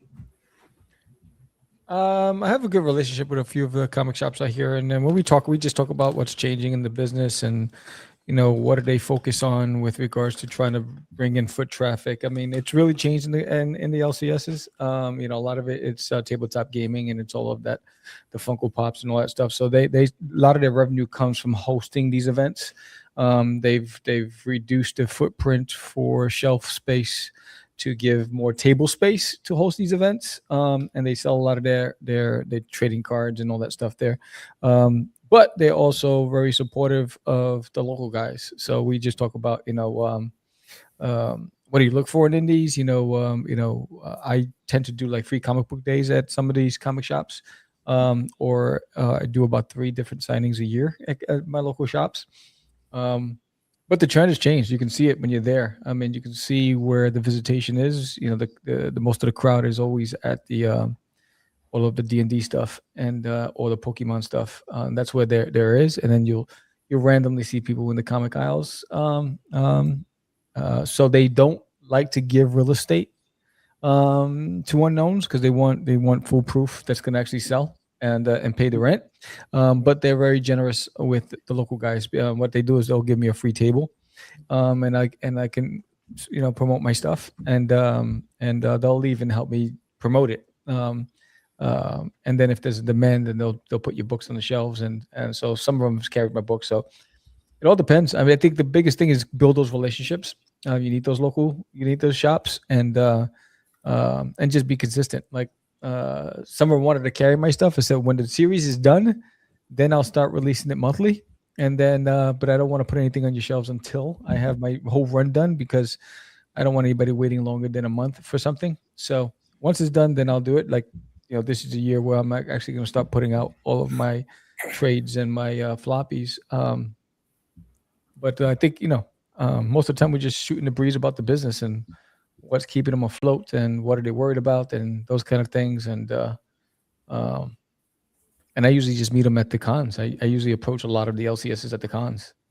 And that's how I connect with them. All right, cool. Tom, what are your thoughts? I see my comic guy once or twice a month at the most, but every time we're in there, we talk.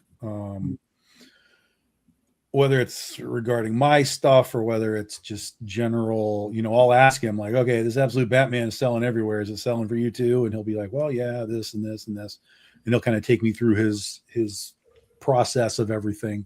Last time I was in there last week, there was a book on his shelf that was 100% AI, like top to bottom.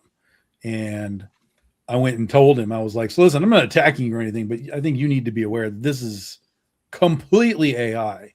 And if any of your customers are talking about it or whatever, like you need to have the awareness to say like, yes, this is an AI book. And he was like, yeah, we already know. We got that figured out. And some other people told me, and I wasn't really sure. So he was like, thank you for sort of giving me that real honest clarification. I was like, yeah, that's fine. And so he was like, yeah, we have our orders in for number 2, but we've dropped it. Now that we know it's AI, we're not carrying it anymore. So, it's just always interesting to hear sort of what they're willing to do. He's always been willing to carry our books. The day that I came into his shop with my books for the first time, because I needed to get bags and boards for our hardcovers. And I was like, I don't know what size I need, so let me try some stuff out. He was like, what is that book? And it was Penny for Your Soul. And I was like, oh, this is a book that I made. We have these for our Kickstarter, and we're I got to send these out. And he was like, oh, you're like a creator? I was like, yeah, we've been doing this for, I don't know, whatever at the time. And he was like, oh, I'd love to see what you do. And so I brought my books in, and he was immediately like, well, how do I get these on my shelf? I was like, okay, this is what we'll do. You tell me what you want, trades, whatever. And then throughout the last couple of years, whenever something new would come in, I'd be like, do you want 5 copies of this? Do you want 5 copies of that? He's like, absolutely, 100%. And basically everything that we've put on the shelf has just sold out.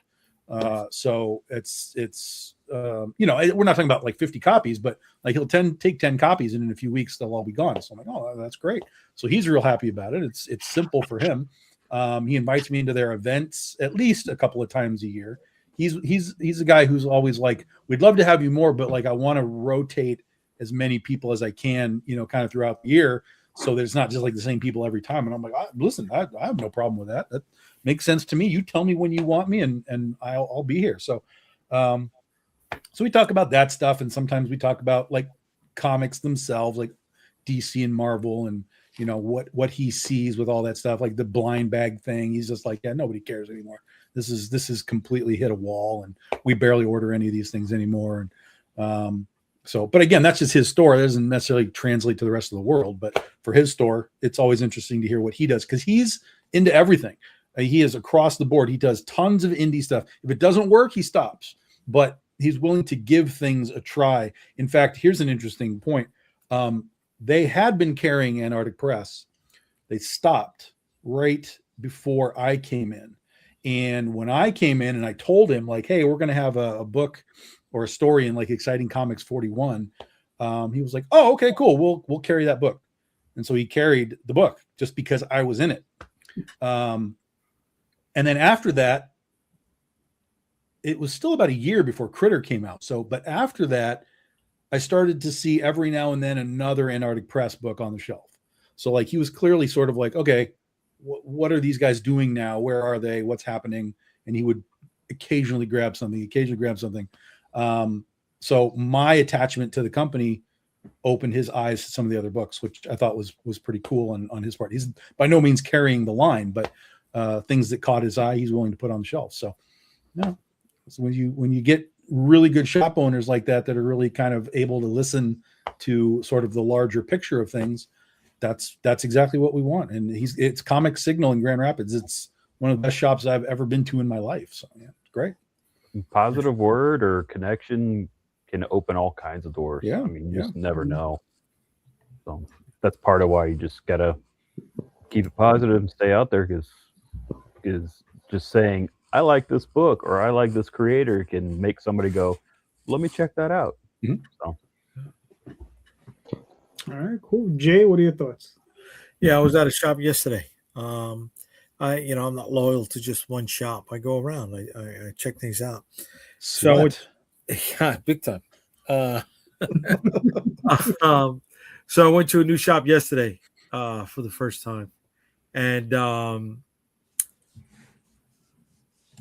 was talking to the dude, and he was like, he's buying collections now because his there's an influx of people, right? There's a new generation coming into the stores, and they're looking for something else. They're looking for the stuff that they didn't get because they didn't know. So they're buying up all his back issues, and he's just looking to refill his back stock because they're moving. And funny thing, he says even like the 90s Kitschy's books, everything that was wrong with the 90s, the overproduced foil covers that just had bad art. He goes, they're buying that too. and he'll pick them up, and he's got three prices. He's got the 2s, the 5s, the 10s, and then after the 10s, things get the random prices.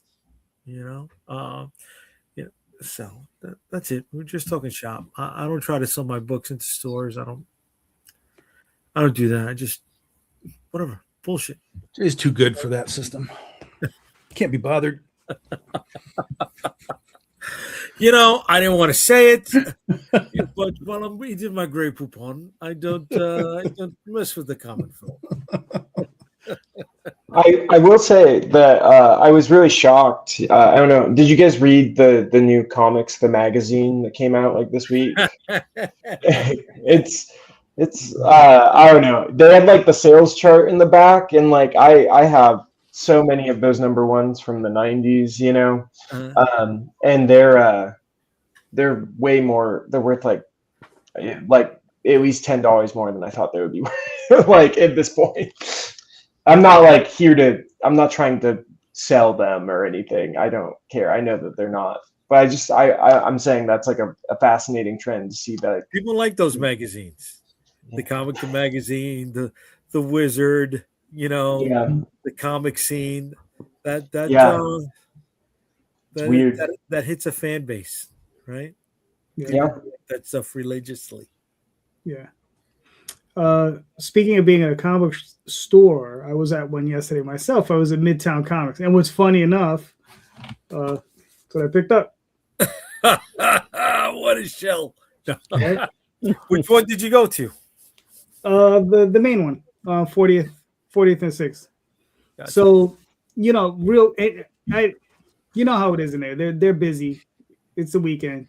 So my only question to the guy was, how are these doing? Particularly that magazine. He says it's doing very well. You know, and they had a healthy stack on the shelf, but the way he made it sound like they'd have already gone through several healthy stacks. So it's Midtown. The place is always crawling with people, and we get all the out of towners, and they all go to Midtown, and then they have tons of regulars too. So then that was basically my one question. I was just curious what the rest of you guys were. You guys had any interactions? I was listening to a podcast last week. Mm-hmm. That said Midtown Comics is usually the gauge for the rest of the industry. If it sells out in Midtown. Mm-hmm. Yeah. They said if they sell out, that's how they're figuring they have a hot seller. Yeah. If they sell out, because they order more than anybody else. So. Right. Yeah, but they're also in a city with a population density that's insane. That sort of should happen. Yeah. It should, but then they can order a lot more books too. Excuse me, they can keep a lot more books on the shelves than other shops can. Yeah. So it feeds into itself as well. Because they'll keep stuff on the shelf for like 4 or 5 weeks. Yeah. So they'll keep it over there for a long time. Jay, you're up. Yeah. All right. So when you guys buy books, do you buy it because you want to be entertained and read? Do you buy it to see what new techniques are being used? Do you use it as a research tool for how to tell story? What do you do when you're buying comic books? What is your main reason for buying the books at this point, now that you are a creator? All right. Wes, you're up. Mostly to be entertained, because I've cut back my comic book consumption. Just my kids like to not let me read. They see me read and they decide to ruin it. so I do mostly just get what I want to read. There's a couple of times I was like, oh man, I want to see what this creator's doing, because they always do something new and hot, when it comes to like coloring techniques or something. I like to dabble. I do most of my dabbling with like Humble Bundle, because they do some pretty killer deals on humblebundle.com. So I can look into a lot of comics that I can't usually buy.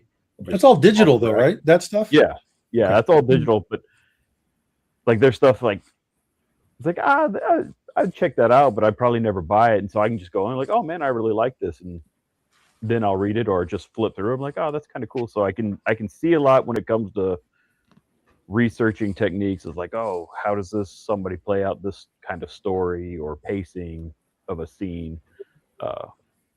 Is mainly when I just kind of grab a whole bunch of shotgun blast of comics digitally just to see what's out there. But no, when I buy, I'm mostly just trying to get something I want.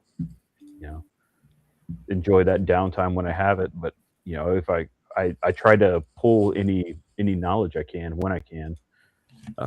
I don't claim to know everything, so I mean whatever I can learn, especially now getting back into lettering, I try to look at that a lot more just to try to be better at it, because like I've been able to do it, but I want to actively improve it, and I've been trying to draw more and do more inking. So it's just pull what I can from it, but first and foremost, I want to enjoy it, because I've always enjoyed it, and I could very easily not. So I try to just focus on what I want to read. So I've gotten rid of a bunch of books that I used to buy, that I bought just specifically for reference. I'm like, I'm not really looking at this anymore. I'm gonna get rid of it, just to kind of clear space in my head and kind of keep the positivity in my heart for the medium I love. Otherwise, it get too overwhelming. Okay, cool. Sam, what are your thoughts? You're muted. I'm a fan first, so I buy what I like. I love looking at new techniques and coloring styles, and I love looking at new up and coming artists. And because I'm a student first, so I'm always learning. And so I start off first, it's the visuals, and then the story will keep me coming for that same thing. But most of the time I'm buying because it just intrigues me. And I always approach it from a point of a fan first. So even like a lot of the stuff that I have in my collection is because it's beautiful. The art, the visuals, all that stuff. And so I just like stuff that's going to inspire me creatively to challenge myself to get better. Good. Cool. Gavin, what do you think? I think I'm pretty closely aligned with Sam. I mean, I try my hardest to go into the shop and just do that kind of thing that I used to do when I was 12 and would ride my bike up to the store and just kind of like look and like kind of get lost for a minute and see what speaks to me. because I think that kind of gives me some insight into my own tastes a little bit. But it also kind of just, it helps a little bit with like I've never seen this story before, but I'm looking at this cover and it rocks, and I'm gonna pay $5 now.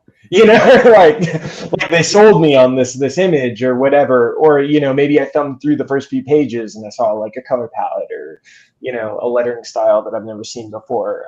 It is always kind of visual first for me, but I also, I don't know. I guess like if we're talking about like back issues too, I like to go on like binges of different artists. So I like every now and then, once my pile's kind of cleared out, I like to go through and be like, okay, like, do I have every pre-Hellboy Mignola issue?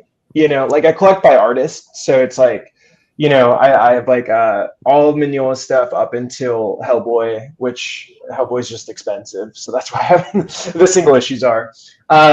And then I also have like all of David Mazzucchelli's Daredevil, and like I don't have all Batman because I've stuff like that. Like I've price budgets, and I have it in the trade. But and then there was like, I think like the most specific thing that I can remember like seeking out going into the store was, I remember I'd seen these essentials. Have you guys ever seen those Marvel essentials, like the black and white, like phone book looking things? Mm-hmm. I'm actually, my computer is on one. So I'd seen these in my store over and over and over again. And I was like, dude, I need to learn from Jack Kirby. So I went and I bought all of them that were at the store, because they're like $4 a piece. And you get, hundreds of Kirby black and white art. So it is very art driven for me, but I also I have a lot of fun reading the stories, and it's fun to get lost in the store, and I try to do that as much as I can. Very cool. Cool. Tom, what are your thoughts? Yeah, anything that I buy, it's because some aspect of it was like, oh, that looks like it might be good. And that's one of the reasons why I don't really buy anything. Is it me or did Tom freeze? He froze. Yeah, he froze. Yeah, because I was thinking, was that me? Yeah. He froze it. Nobody wants to say it. I had a power surge. Everything just went. You guys okay? Yeah, I'm on my laptop. I have battery power on my laptop. But the power went back on, but my system over there is all shut down right now. Shit. Oh, damn. It happens at least twice a month here in Texas. Really? Yeah, it sucks. Where in Texas? That doesn't happen to me. Where are you? I'm in San Antonio. Oh, I'm in Dallas. I'm in Rockwall, Texas. And Yeah, Tom just messaged me. He said his power just went out too. Oh, Yeah, wow. there's like all kinds of wind and stuff going out. I keep looking out there because it feels yeah, like the wind something's is out of going in. control. It's like I don't know what the hell's going on, but it's like blowing my trash cans across the lawn, and it's crazy. Oh, there's some big cold front because it was like 90 degrees today. It's supposed to be like 50 tomorrow. Jeez. Yeah, it's cold in New York right now. Yeah. We had 70-degree weather. What was it? Wednesday? Yeah. Now it's back down to 50s and the 40s. So Yeah, I was surprised. all right. While we wait for Tom, I'll answer the question. So it's funny, Jay. I would say all of the above for me, right? Okay. So it's one of those things where I look for stuff that I enjoy, right? Technique is important to me.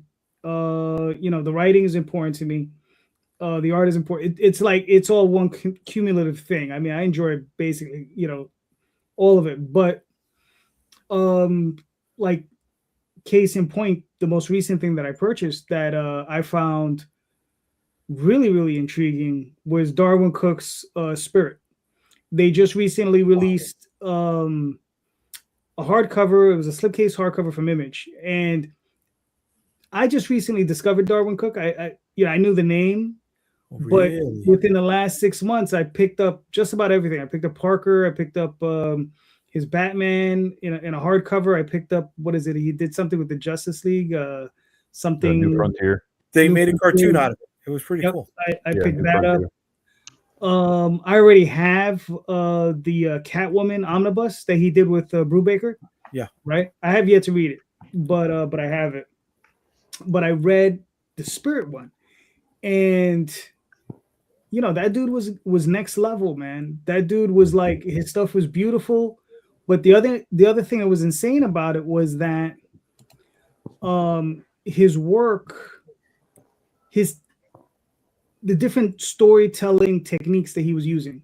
You know, he wasn't just using like your standard storytelling techniques. He was using different types of techniques.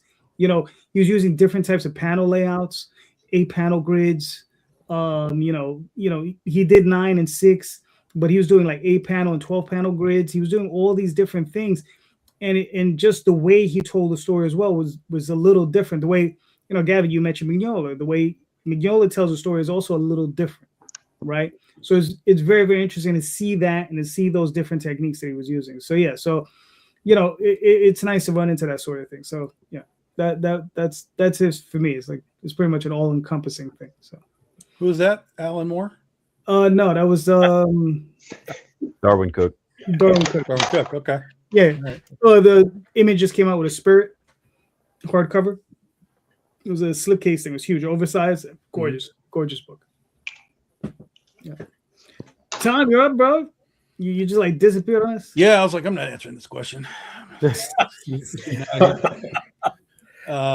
it's for me, anything that I buy, I'm buying for the purpose of it looks entertaining. Like I want to read it, I want to entertain it, I want to be entertained, I want to enjoy it.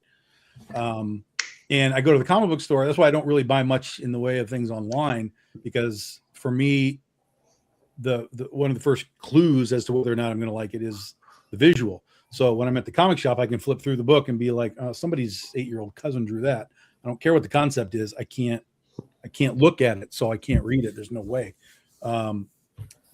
So most of the time, but at the same time, even if it has good art, I'll drop a book in a second if like, this is terrible. This writing is terrible. I can't. It's nice to look at, but it has to be extraordinary to look at for me to like keep maintaining to get the book. One weird example right now is there's a book from the Spawn universe called The Curse of Shirley Jones. I don't know what the fuck is going on.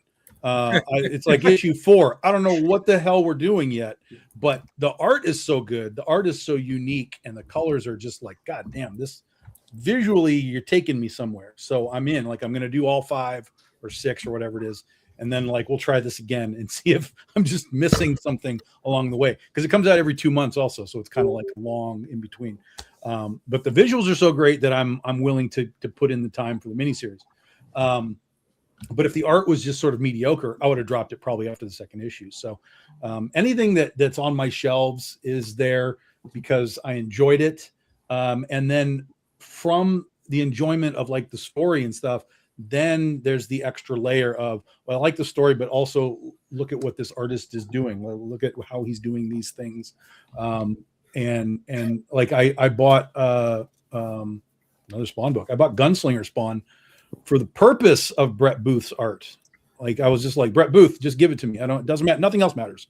And it turns out that, Todd himself is writing that book, and it wasn't that bad. Like the Booth art was what I was there for, but the story for the character was fine. Now, when it started crossing over into all the other Spawn books and the story was like kind of hopping, because I wasn't buying the crossovers, it got a little strange because I'm like, I'm missing something here. And I look back and it's like, yeah, go read Spawn 288 to figure out. And I'm like, nope, that's not happening. But it's still Brett Booth, so I'm going to watch what he's doing. Because he was doing, now again, I don't know if it's Brett doing this or if this was Todd laying this out in the script, but he was doing a lot of stuff that I have started doing in my comics over the last so many years, which is lots of, instead of just like squares or rectangles like standing up, it's very widescreen. It's very like wide rectangles on the pages, so you get sort of a widescreen look. Which I really like. And as I was reading that or looking at that Brett Booth stuff, I was like, that's what I do. I mean, I've been doing that. I've been setting up my pages for my artists like that. So I really had an appreciation for seeing how he did that.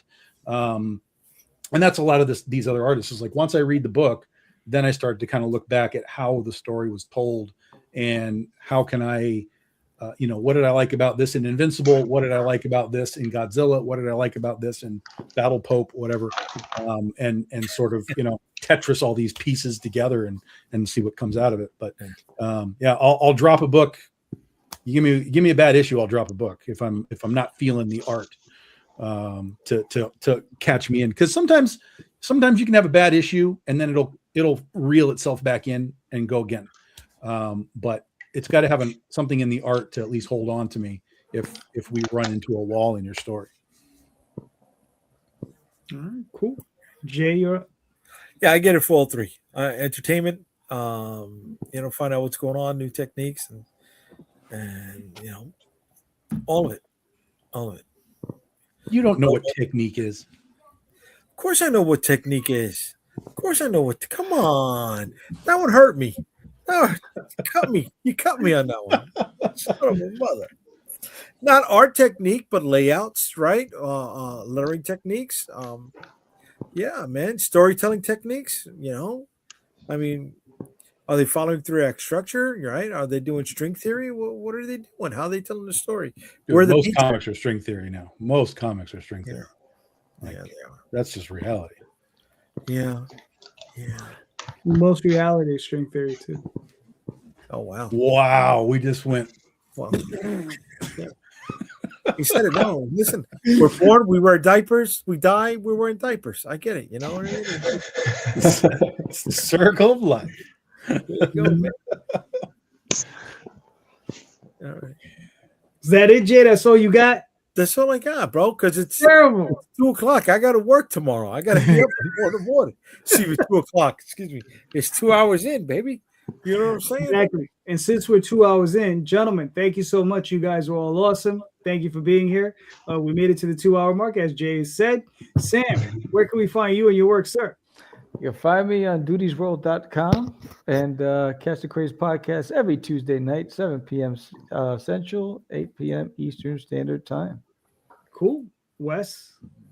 I've got wes-hartman.com. You can find me on Facebook at Wes Hartman, and I'm on Instagram as The Sasquanaut. Cool. Gavin? Yeah, you can find this on Kickfoot Comics on Instagram. It's just at Kickfoot Comics. We have a website that will be out very soon. Just kind of finishing that up. We're launching all at once. So, and then also on the Kickstarter. All right, cool. Tom? BigDogInk.com if you want your comics, back issues, trade paperbacks, all that kind of stuff. And we'll be launching the BD16 anthology, the Oz-thology, in 2 weeks, the 28th. Nice. Jay? UnstoppableComics.com. You can find all my social media links on the website, along with bundles of our books. On Friday nights, Comic Book Streamland on YouTube. And on Sunday, Indy Comics Explained, usually with this guy here and this guy here on both of them. And, mine is a little less formal. Excuse me. We're hanging, we're bullshitting, we're ripping on each other. We're having a beer at the bar after the con. That's what that's about there.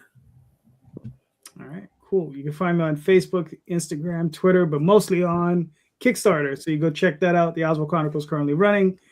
And don't forget, everybody, please check out the show notes. In the show notes are the links to all of these creators' properties, all of their books, and all their campaigns. Please click on those links, pick up those books, all right? Because all of these creators, they're all impassioned, they're all doing great work. So please click on those links, buy those books, and just remember, everyone, read more indie comics, especially ours. Have a good night, everyone. Thank you. Later.